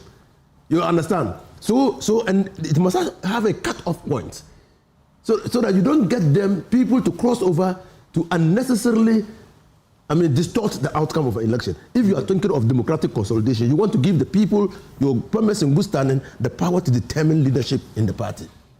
Now, and I think that I agree entirely with the Supreme Court when they say that this will not stop monetization in politics. It must be combined with other measures. Transparent spending. You see, and recently I said that, look, to prevent our democracy from becoming a fully blown plutocracy, structural reforms are required. And this was delivered on the 16th of July. As pathways, and I talked about pathways of dealing with this dangerous canker. I said there should be radical transparency in party financing. Who is funding the parties? Even if we say that people can contribute to parties, we need to know who are those people. The Constitution Review Committee report made these suggestions. The white paper also accepts that there will be legislation for that. No, and then the white position paper. Yeah, position. Sorry. The position paper. Sometimes the Supreme Court appears to agree with me. Right. I said state regulation of primary elections. I said in Ghana, political party primaries are currently unregulated spaces for vote buying. Unregulated. So parties regulate that. We understand for the primaries alone, people spend how much just for the primaries? And listen to what I said. I said the Electoral Commission must oversee primary elections, expanding the delegate pool to all card-bearing members to make direct bribery financially impossible. And that's what probably the Supreme Court is trying to say, and we talk about strengthening anti-corruption institutions. So there must be other measures to help us deal, because you see, what we are seeing presently is that increasingly the ballot box is being subordinated to the wallet. That's what we are seeing. And that cannot be democracy. That cannot be democracy. It is that the white paper is trying to address when it says that 24% or 24 seats of parliament will be allocated through proportional representation. Because we have seen that increasingly we are excluding certain portions of the society. Proportional representation. We are excluding certain people. The advocates. So we have seen that gap, and we are trying to. This is as a result of monetization in politics. Because the youth have not worked. Where do they get money to move along the tangent that people who have worked or people who have connections and godfathers in party are able to do. At the financialization meeting convening that happened in Accra, the Deputy Minister for Finance did something that got applause. After the Speaker of Parliament had spoken to admit that you needed 700,000 or how more. excessive it costs to run campaigns for Parliament, including primaries alone. Of course, you know that the CDD and ASILA, their investigations and research came out that you need at least $100 million to run a successful presidential campaign. So MPP or NDC, to be able to win the presidency, you spend over $100 million. And then for the parliamentary race, you need some 4 million as an individual to win your race. The minister said the amount was small. That they spend a lot, including not in money terms, because he was using the example where he had to go to Zenator's constituency, or it was Zenator rather, exactly. All of that to help. If they had to quantify it, that would be a lot of money. So this is good to cut all of this. Will it cut it? No, it won't immediately cut it. Some say it will rather lead to the candidates needing to raise more money to buy more delegates. No. You can't. And we tried it. What made it cumbersome and what made it unappealing and a disincentive was the bastardization of the process. I mean, not all people come to vote looking for money. People vote by their conscience, and I can use the Nima case for instance. For example, the person who gave nothing at all got a vote. He gave nothing at all, but got a vote. They didn't win. That's the thing. He it's didn't about win, winning. but he got a vote. It meant that there was a voter of conscience. The one who gave the TV sets and bought the... No, I'm not talking about that. I'm using this example to show that there are people of conscience who vote according to their conscience. He didn't win. But everybody, all the candidates who came, identified him as the only person who didn't give anything, but he still got a vote. Okay? It means that there were people in the constituency who voted by conscience. Okay? And then, yes, there is no correlation between the incentivization or what we call treating in politics with the votes you get. Because again, in Nima, we saw that the person who gave the highest did not win. Did not win. Really? Yes. The person who gave the highest is not Baba Jamal. Did not win. No, he's not. It was not Baba Jamal. He did not win. So you see that's the problem. But it distorts the outcome. Okay, Mary, as I mentioned, I saw some of you jump up to celebrate, and I'll be frank with you. Once they did majority 5-2, and said Gaiwu and Siedu dissenting in favor of, they are doing it in favor of the plaintiffs, I shouted, wow. Immediately I forgot myself that I was sitting right there. I said, wow. Yes. Why is this good? Why should we be happy?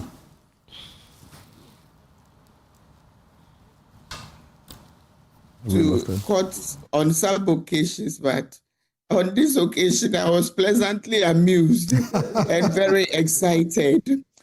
Because when they started, like Oliver was like, oh my God, these guys, the way they behaved the last time. I was also in court when they took Oliver on so dramatically. It was sad.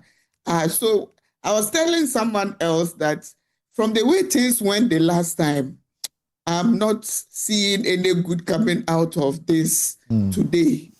And then I hear 5-4. I said, wow. In fact, 5-2. I nearly rose from my chair before I realized where I was and sat back. This is instructive and very important because something, since we started this experiment in 1993, we have seen incrementally that the democracy we are practicing has become for sale to the highest bidder.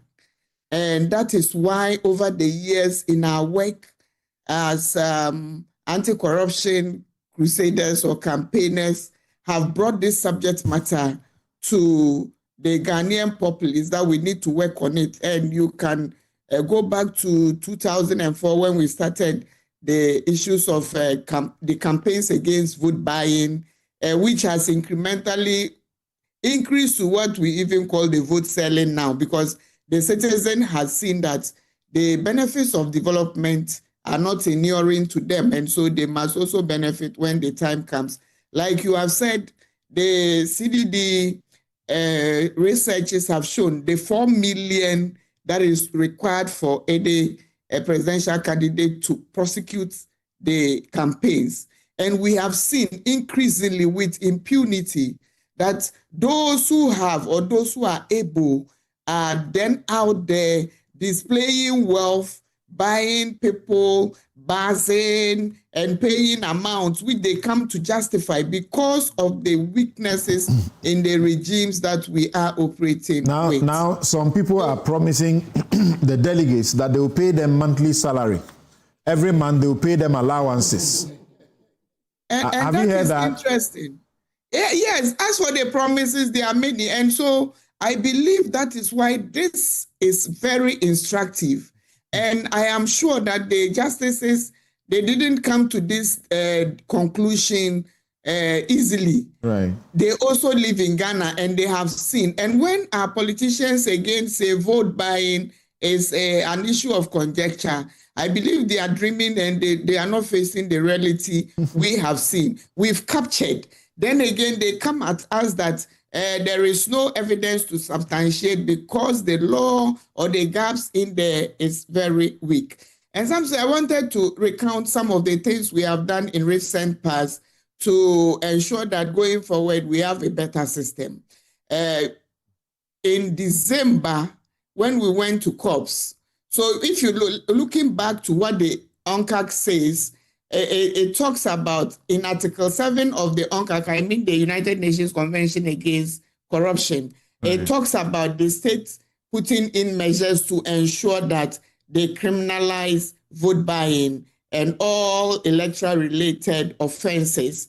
Then when you come to the AUACPCC, that's the African Union Convention on Preventing and Combating Corruption, it also is very clear, that's 2003, far back, it's very clear that states should ensure that we criminalize these acts. And so for us, we have been on this agenda advocating that vote buying is criminal, vote buying should be criminalized, and vote buying should be curtailed. But we see that our politicians have been doing otherwise. And so in December, UNCAC again comes up with a resolution that was tabled by Norway and supported by this state, Ghana. And we went to Qatar for the purpose of influencing other state parties to accept what the UNCAC resolution 11.7 spells out. And the things, some of the things that we called for, which were accepted, and at the end of the day, we had more than 60 countries supporting this resolution, which passed easily, was the fact that the issues of campaigns have become increasingly very high across the globe, not just in Ghana. We've seen that most of the regimes and legislations do not capture what we want. And so let's see how we can do this to do it very effectively. And so that's, and then even when it comes to the campaigns and other issues, we see parties are supposed to be accountable per our Political Parties Act and not the candidates. And we know that's where the source of corruption comes in. Okay. So expanding the base is the right way to go, even though it is not the cure in itself.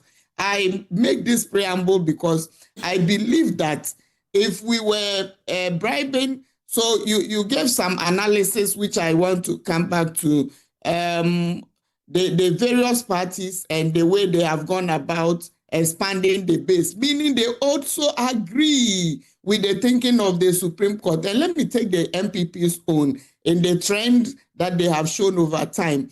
In 1992, the MPP had 1,998 delegates. It increased in 1996 to 1,000. It reduced by 2 actually in 1996. But then when you come to 2010, from 1992's 1,998, they had a delegate pool of 106,590. And as we speak, in 2026, we currently, if by the data is correct, we have over 211,000, almost 300 of their delegates who are eligible to vote in any of their primaries, whether it is presidential or parliamentary.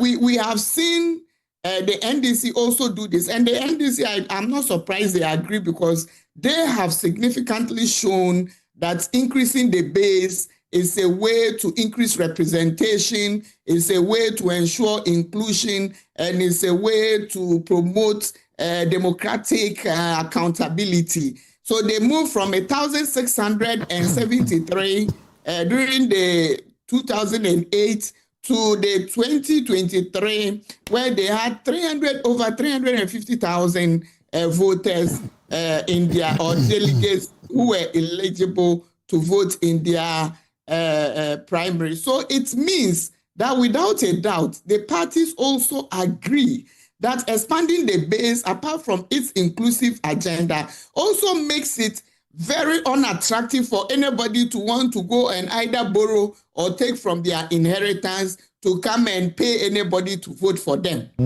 What has happened in other places, which we need to then learn, is let's see what the details of the judgment is when it comes out, and then we'll begin that discussion of how do we take it forward. Right. And Samson, let me conclude by saying I am totally not for the state funding political parties fully, no matter what, because of the issues that we have been talking about.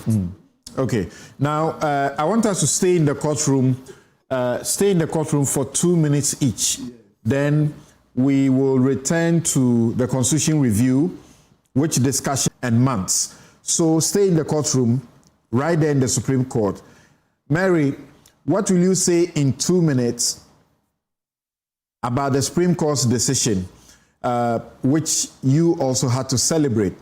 I'm looking at the case now, and we are projecting it. Noah Ephraim Tete Adamte versus the Attorney General, and then you, the CSOs, 14 of you came in. Ghana Center for Democratic Development, Transparency International, Ghana Anti-Corruption Coalition, Democracy Hub, Star Ghana Foundation, NOSRAC, Pen Plus Bites, Africa Center for Energy Policy, Odikro, Arocha Ghana, Parliamentary Network, Imani Center for Policy, One Ghana Movement, Africa Education. Yes. What do you have to say about that? When the court, literally, what the court did was to uphold the OSP's constitutionality and to save it from all the troubles it has had as far as its prosecutorial powers are concerned. 2 minutes. Thank you very much, Samson. There again, that was a day for anti-corruption in Ghana, and we are very mindful and grateful to the Supreme Court for being forward-looking. The Supreme Court, in its judgment, per my lay person's interpretation, is what I particularly have spoken to over and over and over again, and I was excited. That had been confirmed without a doubt, that we are not contesting in any way the issues around Article 88.4, which gives sole prosecutorial duty to the Attorney General. No, we are not. But then our contention, or our bone of contention, was the fact that when the law was promulgated And we thank and bless the former Attorney General, who was Madame Gloria Akufo at the time, for it. We interrogated all these. Something you were part of these discussions. We interrogated all this, looked at the constitutional nuances, and came out with alternatives that made the OSP's powers to prosecute and his independence unquestionable. So far as he is given the warrant and that was done. And so we came to the discussion from the point of view that the OSP has the powers to prosecute. And we are thankful that at the end of the day, this case was thrown out. The excitement is the fact that now it gives clarity to everybody to remain in their own corners and allow this Office of the Special Prosecutor to carry out its work without any impediments. Okay. Again, it also then facilitates the issues of accountability for us, that now, more than ever, the Office of the Special Prosecutor has no more justification to say anybody is impeding them in their work. We also then see that this presents the opportunity for the constitutional reform proposals that were made in the, I don't know what has happened. We will be talking about that, so perhaps as we go forward. Thank you very much. And I meant 2 minutes. Thank you very much. That were made. And among others, 2 minutes already. And so yes, you have done more than that. Let me conclude by saying that we are also minded by the fact that the Attorney General has powers to stop any criminal prosecution as it goes on. But then we know that the responsibility on him to ensure that he's doing the right thing by the right people, by the people of Ghana, would be executed without any malice. Thank you very much. Yes, in terms of saying this is what the court said.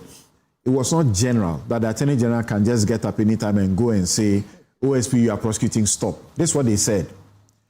The Attorney General retains as a power inherent in Article 88.3 the power to enter a nolle prosequi in any prosecution brought by the Office of Special Prosecutor and thereby to terminate it, and that the exercise of that power is subject to Article 296. Article 296 is one article that I came to fall in love with because you kept repeating it many, many years ago. Yes. So, when I set out to defend Act 595, I got many calls. People thought that... That's the OSP Act. OSP Act. People thought that I was... There was some conspiracy theory that the Nana Akufo-Addo had brought the act, the OSP institution, to punish NDC appointees, and that having failed, I shouldn't be defending it. But I tell you, as a matter of fact, that the work that the 7th Parliament did on the act convinced me beyond reasonable doubt that that act was constitutional. And that's why I mounted that spirited defense of the act. And I will say that the 7th Parliament has been vindicated because the work that was done, and you look at the debates in the House, the work that was done. And to think that they were unanimous. They were unanimous. No one dissented. Clearly. And that's why I never thought. Because if you look at Article 3, which is subject to the... How can you subject something to the Article 88 and still say that you are taking away the powers of the Attorney General? And this thing, this subjecting the power to exercise discretion, the power to exercise nolle prosequi to the discretionary act of, to the Article 296, which talks about the exercise of discretion, was already contemplated in the act. We have said that, yes, because the OSP, the Attorney General, still retains prosecutorial powers, he can enter nolle prosequi, but he must give reasons. The Supreme Court is not saying that he must only give reasons, he must be fair and candid and not being capricious. The Supreme Court has further constrained that power. And it's that. You see, we couldn't have come to any other decision on this matter. You know, I don't know whether, Oliver, you remember the British case where Britain had sold arms to Saudi Arabia, and there were corruption matters that were raised by that transaction. And Britain the Serious Fraud Office in Britain started prosecuting the matter, which the Serious Fraud Office is just like the Office of the Special Prosecutor. And the Attorney General in Britain entered nolli prosquo in that matter. Not that there was no corruption, but on the higher, and he provided reasons that the prosecution will damage the relationship between UK and Saudi Arabia. The corruption was made out. All right. Yes, so we had always known this. So we took best practices into consideration. Thank you. Your time is done. Gary, they said that the Office of Special Prosecutor holds an authorization given by the Attorney General in accordance with law within the meaning of Article 88(4) of the Constitution to initiate and conduct the prosecution of corruption and corruption-related offences, and that the authorization subsists until amended or revoked in the manner in which it was given. Did you expect that they would be this emphatic? Well, I think the decision of the Supreme Court to me was forward-looking, and it's very good for our democracy. I mean, on this score, you see, because if you look at the Act in its entirety, you realize that the OSP office, strictly speaking, in terms of prosecution, is not independent, strictly speaking. Yes, we agree. You see, the OSP takes some powers from the AG, which powers is under Article 88(4). So how can you say that OSP office, strictly speaking, is independent in terms of prosecutions? No, I don't know. So I agree with the Supreme Court. So now, you can enter another prosecution, but then it should be fair, it should be candid, it should not be capricious. And I can tell you, it will be suicidal for any Attorney General to get up in the morning or in the afternoon or in the evening and file another prosecution in a capricious manner in a case that's so sensitive to the people of the country. If you are not careful, you end up resigning. Because I can see Madame Meriada and his people and all these CSOs ganging up against the Attorney General that should provide reasons why he entered another prosecution in that instance. So I think that let us all allow the system to work. As it stands now, the OSP is going to continue its work. And when the High Court decision came, I could see a lot of heat in the country. That, is it the case that people are trying to now hide corruption or trying to, all manner of things. The conspiracy theories, is it the case that the AG himself doesn't want the man to do his work or what? All manner of things. I think this matter has been settled. For me, the LI that was placed in Parliament by Honorable Akufo-Addo, the LI has not been revoked. The LI subsists. And that LI has informed the LI, of the LI, gave the OSP power to prosecute, to initiate, investigate, and to prosecute. It's a initiate, investigate, and may prosecute. Yeah. So after you have done your investigation and you realize there's a basis for you to continue to prosecute, you go and prosecute. Right. However, the power of prosecution ultimately subject to the power of the Attorney General. The power of the Attorney General. Okay, so in the realm, the Attorney General holds that power. Anybody can be doing prosecution. Attorney General can step in any time and say, I don't want it to continue. Right, but here he's being subjected to Article 296. Yes. Now, Oliver, you two, your 2 minutes, your 2 minutes on this. Yeah. What will you say about how it went? I mean, and once again, to be frank, we sat on tenterhooks, yeah? Oh, yes, we did. Because we are doing the case together.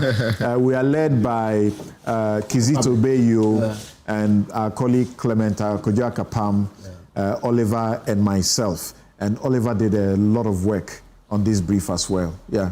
What I find really as the biggest thing coming from this case is the subjection of the nolli prosecutio to 296. Yeah. What people haven't realized is that the Supreme Court has overruled itself. In Gregory Afoko, Pama was in the minority in pushing that the nolli prosecutio power was subject to 296. The majority did not accept it. That was the main point litigated. And now the court has come back and said that, in fact, nolli prosecutio is now subject to 296. So this is a really big win, even beyond the narrow case that was framed and put. Surprisingly, for some reason, in the public discussion of this, people took this as if it meant that the court has said that Attorney General can come in and discontinue cases that the OSP has started. In fact, no. It has, beyond the invitation of the plaintiff, gone on and say, when you're coming to do this, you are required to respect 296. I think it's the 29th, right, was a big day for anti-corruption fighters in this country. And I think that the court covered this of glory in terms of how it dealt. Do you think that this decision now gives even better comfort to the OSP than before? I think so. I think that this decision reaffirms the OSP, and that even if, in fact, the Attorney General decides to revoke the authorization under the airline, that would be difficult. I mean, I think that it'll be politically that in Parliament. So yeah, I think it'll be politically inexpedient to do it generally. And whatever the case may be, I mean, another person could craft, particularly considering that the matters that are ongoing, that, well, unless it's saying that we're going to take over all those prosecutions by ourselves and do them, but if it is with the idea that those prosecutions will lapse, a person could come and give that this is an attempt to get behind the restrictions on the Nolo Prosequa through another way and so forth. But I think that this really reinforces the office. Yeah. But I think that, I think perhaps I want to say something because it's directly connected to the constitution review conversation we're going in. Yes, because it will come up again. It will come up again. Because he says we are going to go to Singapore. Yes. So OSP will cease to exist. Yes. All right. We'll take a quick break. We'll be right back.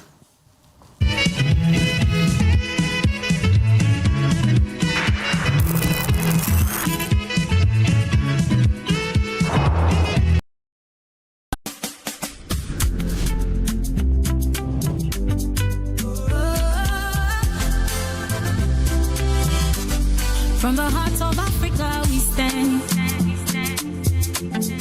building dreams across the land. Every step we at your side, helping you rise, taking you higher. Strong as a group, close as a partner. Bank of Africa lifting you higher. African Bank with global reach. BOA make your future glow. Strong as a group, close as a partner. Bank of Africa lifting you higher. African Bank with global reach. BOA make your future glow. BOA, we go there for you night and day. Strong as a group, close as a partner. Bank of Africa lifting you higher. Bank of Africa, as strong as a group, as close. Na se afi 1924 enye afi bia keke na mumwa brabo ashase.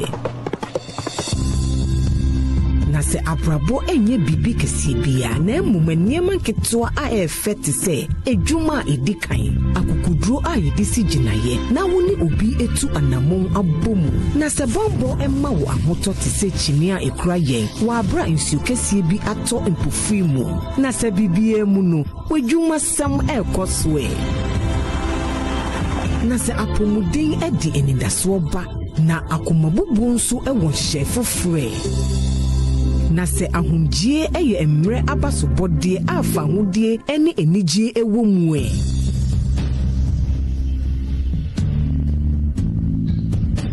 Na se wabrabo mu nsem ejina wo fie ene wedwuma sem ho nso na se ye di odo e bata ne ayahwere ho a ye nkredie ebeye fe. Enterprise, your advantage.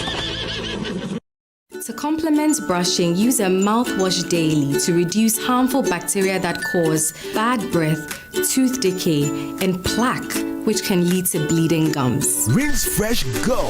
For the maintenance of oral hygiene and healthy gums, you need Nesta Antiseptic Mouthwash with chlorhexidine digluconate. Effective for the treatment and prevention of bleeding or irritated gums, mouth ulcers, plaque, and bad breath. Rinse Fresh Go. Get the confidence and protection of long-lasting fresh breath with Nesta Antiseptic Mouthwash. Rinse Fresh Go. Available in original and fresh mint flavors. Manufactured and distributed by NS Chemist Limited. This advert is FDA approved. Another week is here on the greatest of all time show. My name is Giovanni Clip, and tonight we're bringing you talent. contestant number 1. Let's bring Baby Girl.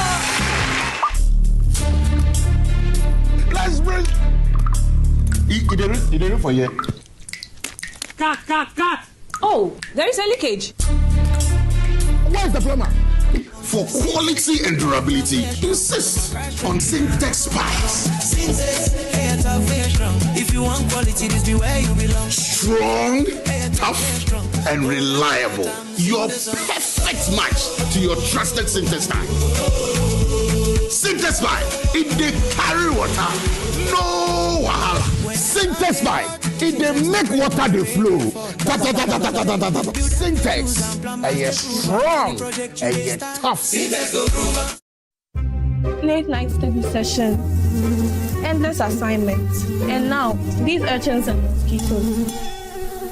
You guys are sitting here just have you done the assignment Mr. Pachi gave us? How do we do this assignment? With these mosquitoes. Let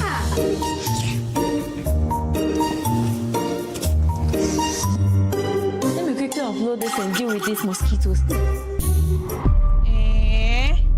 See miracle. Abro mosquito spray. Solution to keep your home mosquito free. Mom, this is what I call a good night's sleep. Oh yes, baby. With Abra Mosquito Spray, you get to sleep comfortably and wake up refreshed. Marketed and distributed by Charish Ghana Limited, number 5 Sprintex Road, Accra, Ghana. Please call 0243 690 066. Abra Mosquito Spray. One blast, total protection. Palladium Residences in Achimota isn't just an address, it's the home you truly earned. Secure your place with just a 10% deposit and choose from beautifully designed modern apartments or spacious townhouses built for everyday comfort. This is more than a building. It's a vibrant, curated community with a clubhouse, state-of-the-art gym, and an on-site hotel, all at ABC Junction, minutes from Achimota Mall. Enjoy city energy while retreating to your private sanctuary. Call now to reserve your unit and benefit from limited launch incentives, including priority unit selection, executive pricing, and flexible payment options available. Don't miss the chance to pick the best homes. Book your private site visit today. Call 050-9823-424. Palladium Residences. Live smart, invest better. So this strategy will lead. Oh no, not again. Sir, relax. The generator will come on now. The generator is not working. Why stress yourself when the experts are just one tap away? Introducing Left Power, the smart emergency support app from Left Signature Limited. With Left Power, certified engineers respond fast, anytime, anywhere. No delays, no stories. Hello, sir. This is Left Signature Limited. The request has been received and our engineers are already on their way. Please relax. We've got you covered. This is professional. Every Left expert is certified, verified, and can be tracked in real time. Oh, you'll know they're coming before they even arrive. From electrical engineering and solar power systems to data center management, cloud services, smart automation, and software development, Left Signature delivers excellence, fast, reliable, and professional. Left Power. Your solution is just one tap away. Available on Play Store and App Store.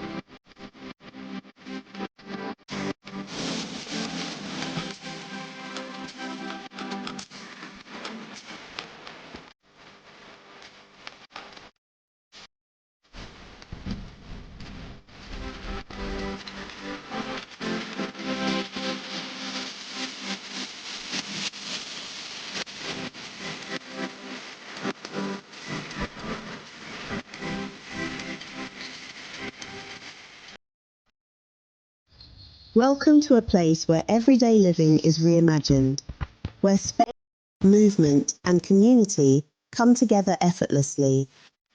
With thoughtfully designed spaces, modern facilities, and everything you need within reach, you don't just live here, you feel safe, comfortable, and at ease. Step inside Eden Heights and discover spaces crafted for comfort, style, and everyday living. And just when it feels right, you will know.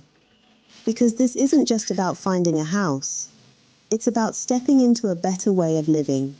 Eden Heights, the height of modern living.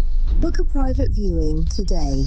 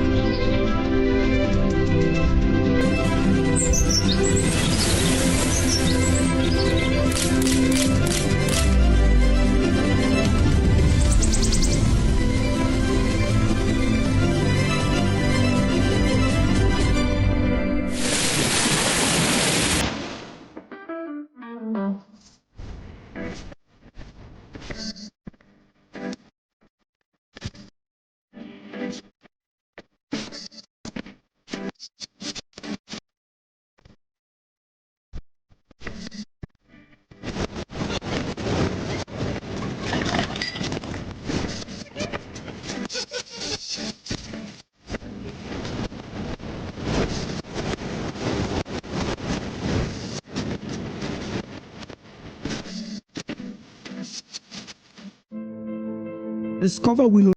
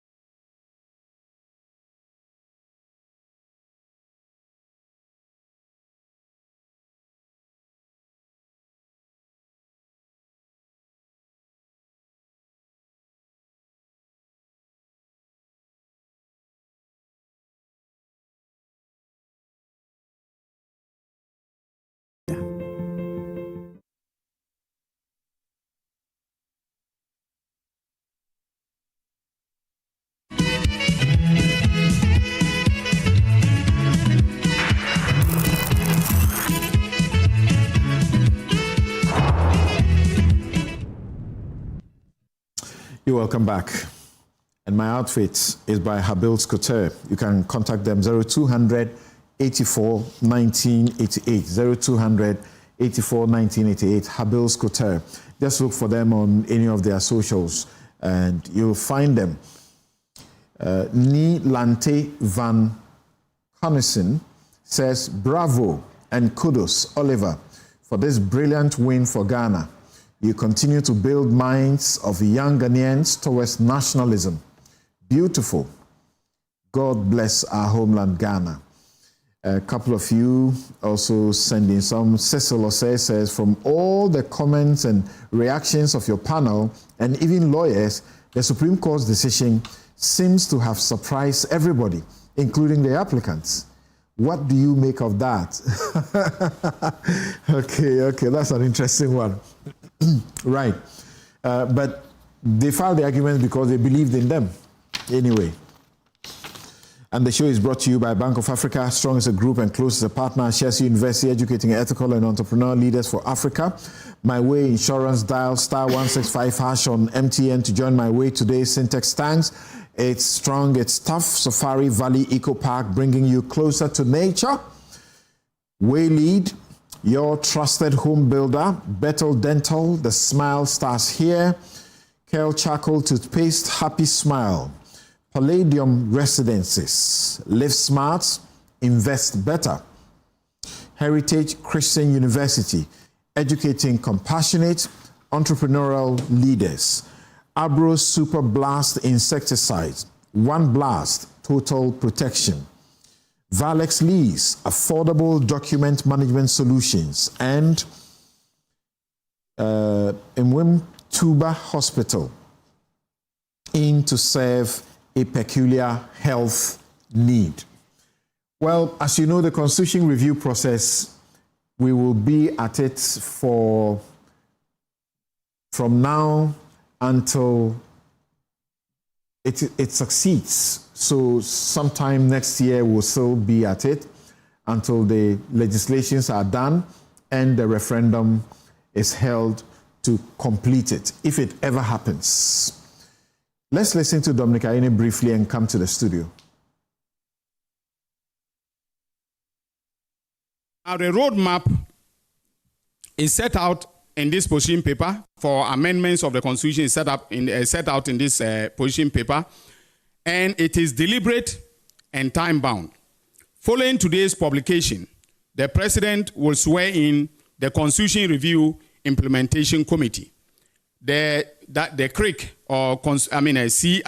CRIC, will prepare 2 Constitution amendment bills simultaneously. The first bill will cover the amendments to the non-entrenched provisions of the Constitution. It will follow the procedure in Article 291 of the Constitution.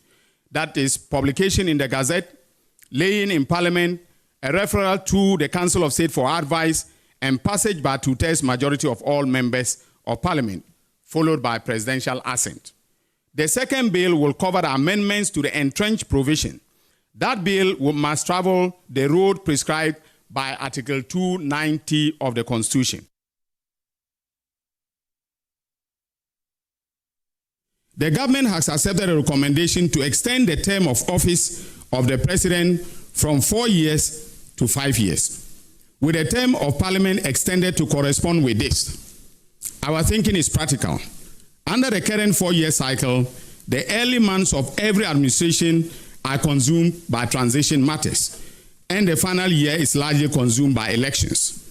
A 5-year term provides a more realistic time frame for the formulation, implementation, and assessment of government policy. Right. So, beginning with Oliver, how do you see the process that has gone on so far? I must not forget to say thank you very much to Mr. James Mensah, Registrar at the Supreme Court. And tomorrow will be your birthday, just like Justice Yao Apao, retired of the Supreme Court as well. Thank you very much for what you do for Ghana. There'll be many more discussions to look at the various details. Yes. But I've seen things that are being repeated that were rejected from the 2010 process that you were part of. Yeah. I can't believe that the politicians come back to the things that we say we don't like. I mean, like I always say, constitutional review is a continuum. That the ideas that seemingly seem difficult to accept at certain points and then find a way of coming back. There's a key recommendation around periodic review of the Constitution that this document accepts, that we can periodically revisit some of the many ideas. I think now for me, and perhaps also in the interest of time, I reserve to more process questions. That we know that there's this 6-month period interval after amendment bills have been negotiated and agreed upon, that must be published in the Gazette, and for which you'll be able to come to some consensus around them. I am unclear as to whether or not after the publication of the bills, changes can be made to the bills themselves before they are reintroduced in Parliament. I imagine that on the floor, at least particular with the one Parliament is going to vote for, some things can be changed in there. So it means that if there's going to be political consensus built before the bills are prepared and gazetted, we have to be able to have those discussions now. I know that the MPP, for instance, has suggested that they're going to be issuing a position paper. I know that civil society is preparing to issue a position paper. I'm hoping that other stakeholders as well, organized labor and other people, issue their own positions so that we can be able to have the political settlement that we need for the process to go forward based on the timelines we have. There's so much in there in terms of content-wise, but I will reserve a lot of those comments for later. That's right. But earlier you had wanted to say something about us going to Singapore and... yes, about the constitutional implications for the OSP office. The suggestion of the committee was that we create the Anti-Corruption and Ethics Commission, which will take over essentially or constitutionalize the OSP, take over prosecution of corruption from the AG's office, which has been rejected. The AG is proposing that we have the Public Ethics Commission, which would exist within the Code of Public Officers Act, that is stand separately. But even more interestingly, it has been agreed that the Attorney General would no longer be a minister. The Attorney General will no longer be in Parliament, in Cabinet. And so it's a position that will be separate and distinct from the Minister of Justice. And that their thinking is that if the main things that led to the creation of the OSP was that the Attorney General is a minister and sits in Cabinet and cannot prosecute colleagues, then you are dealing with that problem rather than creating an institution. But they said do that with amendment, constitutional amendment. The AG says we are going to do that with an act. Bring us to the same problem that the OSP. Well, they said they're going to create an act which is independent of the executive. I don't know what for the Public Ethics Commission. So I don't know in terms of the powers of because it is not detailed. And there's no suggestion, if they are still maintaining by this, that the AG will continue to retain all prosecutorial powers, then it suggests that the Public Ethics Commission, there's no contemplation that it will have prosecutorial powers. But more substantively, a position paper, behaving like a white paper, rejecting, and they've rejected quite a bit. They've rejected quite a bit. See, because the position paper is being used, it is very difficult for me to speak as to what should be the form of a position paper. Generally, my thought was that it was going to express government's view, that we have seen this and this is our also view on it, and we open that up to debate. But I think that the government's view is that we commission the commission and the committee, we then pronounce on what they have done, whether or not we accept the advice to government or not, and that's the tone and tenor. I think the most important thing is that the Attorney General, when I heard him speak, seemed to recognize that there's a process that is going to happen going forth from this that will need all the actors to come together and figure out what the roadmap looks like and how the conversation would go. I am encouraged by a lot of things in here. I do know that there are certain things that a lot of people disagree with. It's going to go through the process. I know that the people of Ghana are also going to have their say on most of the entrenched provisions and whether those would pass or not. I think that ultimately, too many players that are going to be in this conversation going forward, that we have to be open to the process. I know that an implementation committee has been mentioned, for instance. Right. Maybe they are going to arbitrate the whole process. Now, in Yusuf Seni, this election of MMDCs, I have the white paper over the Constitution Review Commission report 2012. What the government is suggesting is the same thing that it did in this white paper, which we all rejected roundly. When I began the crusade against the no votes, which led to the president aborting the referendum for it, the CDD went to do surveys. Surveys have been done over and again, and they clearly show us where we want to go. So why do you cherry pick and come and tell us you present this number of people to us and then we vote on them? They are your people. So why should I be? I don't need to vote anyway. I'd rather just stay away. You go and campaign, but accepted constitutional changes, 25 of them. Accepted things they have accepted in principle and modified, 23 of them.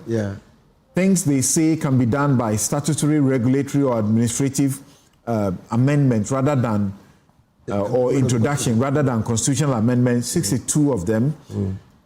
And then guess the number of rejected, where they have rejected without stating, a substitute, 33 of them. And they will be very important to us. So we are going to do it serially. We're going to discuss all these things because what we are doing now clearly is preparing the way for the no or yes vote. So we're going to deal with them. And I also take it from where Oliver has left. There are serious jurisprudential issues to deal with. To a implementation committee will be set up to draft the questions. Okay. Now the questions will be sent to Parliament. There's a procedure prescribed by the Constitution. Now, if the process is sent, Oliver is of the view that Parliament can also input into it. Will Parliament's input into the bill or the recommended amendment, will it be a usurpation of the a constitutional right of the people to have the. So there are a lot of jurisprudential issues that we have to overcome. Okay, because I mean, Professor, my own professor. Kwesi Prempeh? No, Kwesi Prempeh. Fiajo? No, not Fiajo. Okay. Oh, I've forgotten his name. Two professors have written a paper on this matter, and they are saying that, well, if the Constitution Review Committee has come out with recommendations and the recommendations have been accepted and a bill drafted for an amendment, Parliament should just pass it because that is the view. Are you talking about Kukwasa? No Kukwasa. Okay. No Kukwasa. Okay. Legon? Legon. Former dean, yes, of the law faculty, law school. Yes, okay. Koshiga. Koshiga. Now, so if Parliament, if a bill is drafted, Parliament should not have. That's their view, because that. Okay, Professor Koshiga and Atupare. Yes. That represents the view of the people. Yeah. Okay, and if Parliament inputs and changes that view of the people, it will be a usurpation of what the people wanted. Yeah. Okay. Should we allow that to happen? You forgot that I wrote similarly. I spoke about the subversion of the collective will. Subversion. So there are a lot of things that we have to overcome, and particularly with this composition of Parliament, we have to be very careful that we don't get the executive to smuggle in to Parliament what their desires are to become the constitutional amendment. So clearly there are many issues to deal with, but I simply do not think that the way we want to elect our DCs should be the way that we should elect our DCs. You know, there is a misframing of the issue. The issue is not executive accountability. Executive here means executive as defined under Article 58, where the president is the leader of the executive, leader of government, and government is defined in Article 295 as the power with which government acts. That's not the issue. The issue is how do we empower citizens to hold their DCs accountable. That's the issue. And the people think that if you give them the power to determine who becomes their DCE, then accountability can be exercised at that level. You get it? And that government can be deepened at that level. Okay, that resources can be used prudently at that level. That you also give the people the power to raise those resources. And then we evaluate them at the time of their office and decide to retain them or not retain them. The last process suffered when you didn't get the buy-in of the NPP. Gary, do you see that we are getting that direction again? When you say where you mean I have a fundamental issue with the extension of tenure of office of the president. And I even though I had that issue, and people are not happy increasing the chamber of parliament. I got the from Oliver. When I stated it here with the Constitution Review Committee, Oliver provided the basis, and I've since run with it. He says, look, if extending the term of office, what is the criteria? What is the indicators for measuring efficiency in office? Okay, what is that? We're not dealing with the criteria of measuring efficiency in government. We'll deal with the substantive matters on another. Well, let me state that the party will meet and come out with its own position paper on the recommendations. Whatever I say here is my personal view, so to speak. Your general view of the mechanics, the methods, so that we can move on. Yes. Yeah. You know, this issue of members of parliament being appointed, ministers appointed from parliaments. I thought that this time around there could have been strict separation. Yeah, because that was what was proposed. Separation. The government rejects that. That is why I said I thought after running this scheme for 30 years plus, you should have now taken the view that it should be strict separation of powers. You run for parliament, you're a member of parliament, you do parliamentary work, period. You're a member of executive, you are a member of executive, period. No fusion of, of course, most of them are going to parliament because they want to find a way to catch the eye of the president to be what? To be ministers. Parliamentary work is suffering. The Clarabary Committee work under Chairman Sabosu. I remember you, Okujeto, Senior Okujeto, almost all of you, you were in favor of separating the two. So they've done and what even this the one, people and when I want. appealed before the committee, I was in favor. Yes, and this one, the government has rejected it, but rather now saying that the provision that majority should be appointed from parliament, that one, they will say, well, the president can appoint as many as he can appoint, but then not that majority can be appointed from parliament. Give the president the leeway to do whatever he wants. But I thought they could have made it strict separation of powers. You're a member of parliament, do parliamentary work, or you are a member of the executive. Anyway, I mean, I think we'll debate it further. Yes. But then after the report came out, I know Bafo and others went against it and saying that no, they should allow many parliamentarians to be ministers. Yes. The fusion. They want the fusion. Let me hear.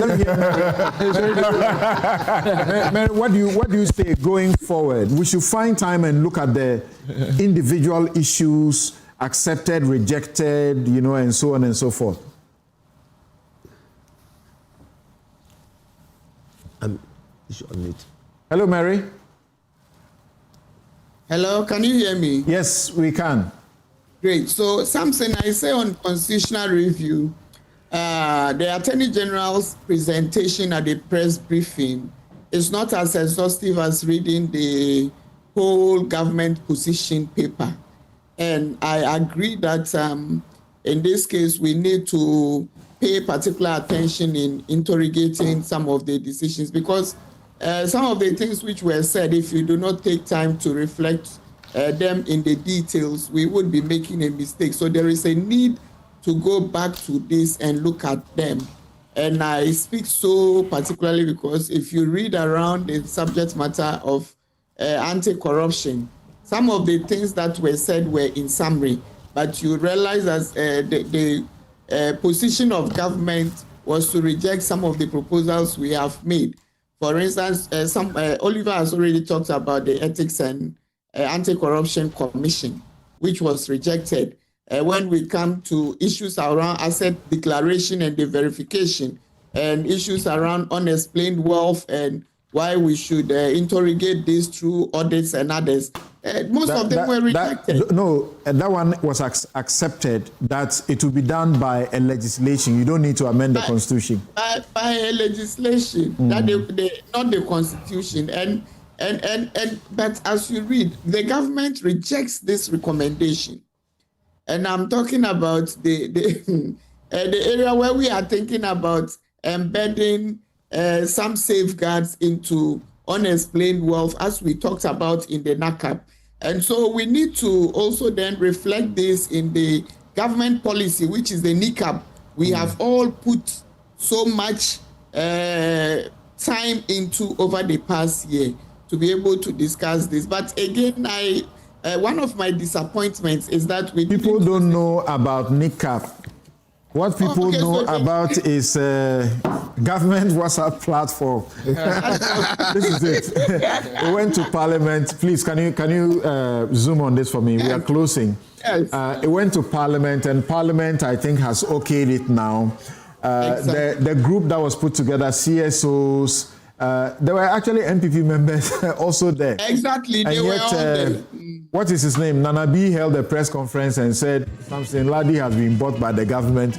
He's on a government WhatsApp platform. This is the job we have done. And I was also there. So the NICAP comprehensively talks about some of these things. Right. Because we anticipated we would have opportunity to ensure that we strengthen our laws. So already we are seeing inconsistencies with some of these recommendations. But my hope is that as we go forward, we would be able. These are positions, and not, I don't think, stringent and entrenched. Right. So perhaps I'm sorry, but our time is up. So we will find time and deal with the Constitution Review Committee's report and the position paper, hoping that the NPP would have also issued this position paper, and would define what value should you put on which position paper at what time. Gary Nimakumafo, Director Legal Affairs of the NPP, Inus Afuseni, former MP Tamale Central and former Minister, Mary Awolana Ada is Executive Director,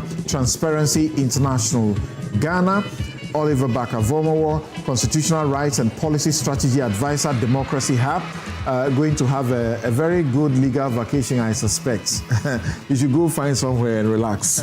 You've done a good job. All right, have a good afternoon.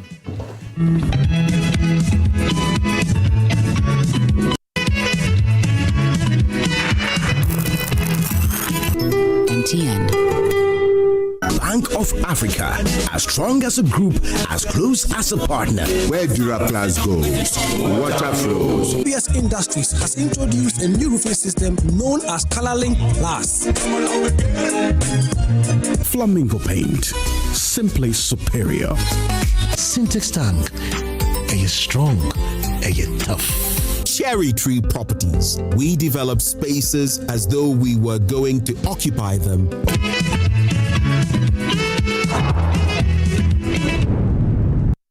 Our democracy is in danger if our party is weakened any further. I didn't even get a gutter to desilt as a contract. One and only time I commented, I started getting attacked. So just keep quiet. I am the clear-cut example of factionalism gone mad. I've experienced this party at close hand. I have delivered a resounding victory. You won the election for them before you left in 2015. Under my leadership, yes. That my 3R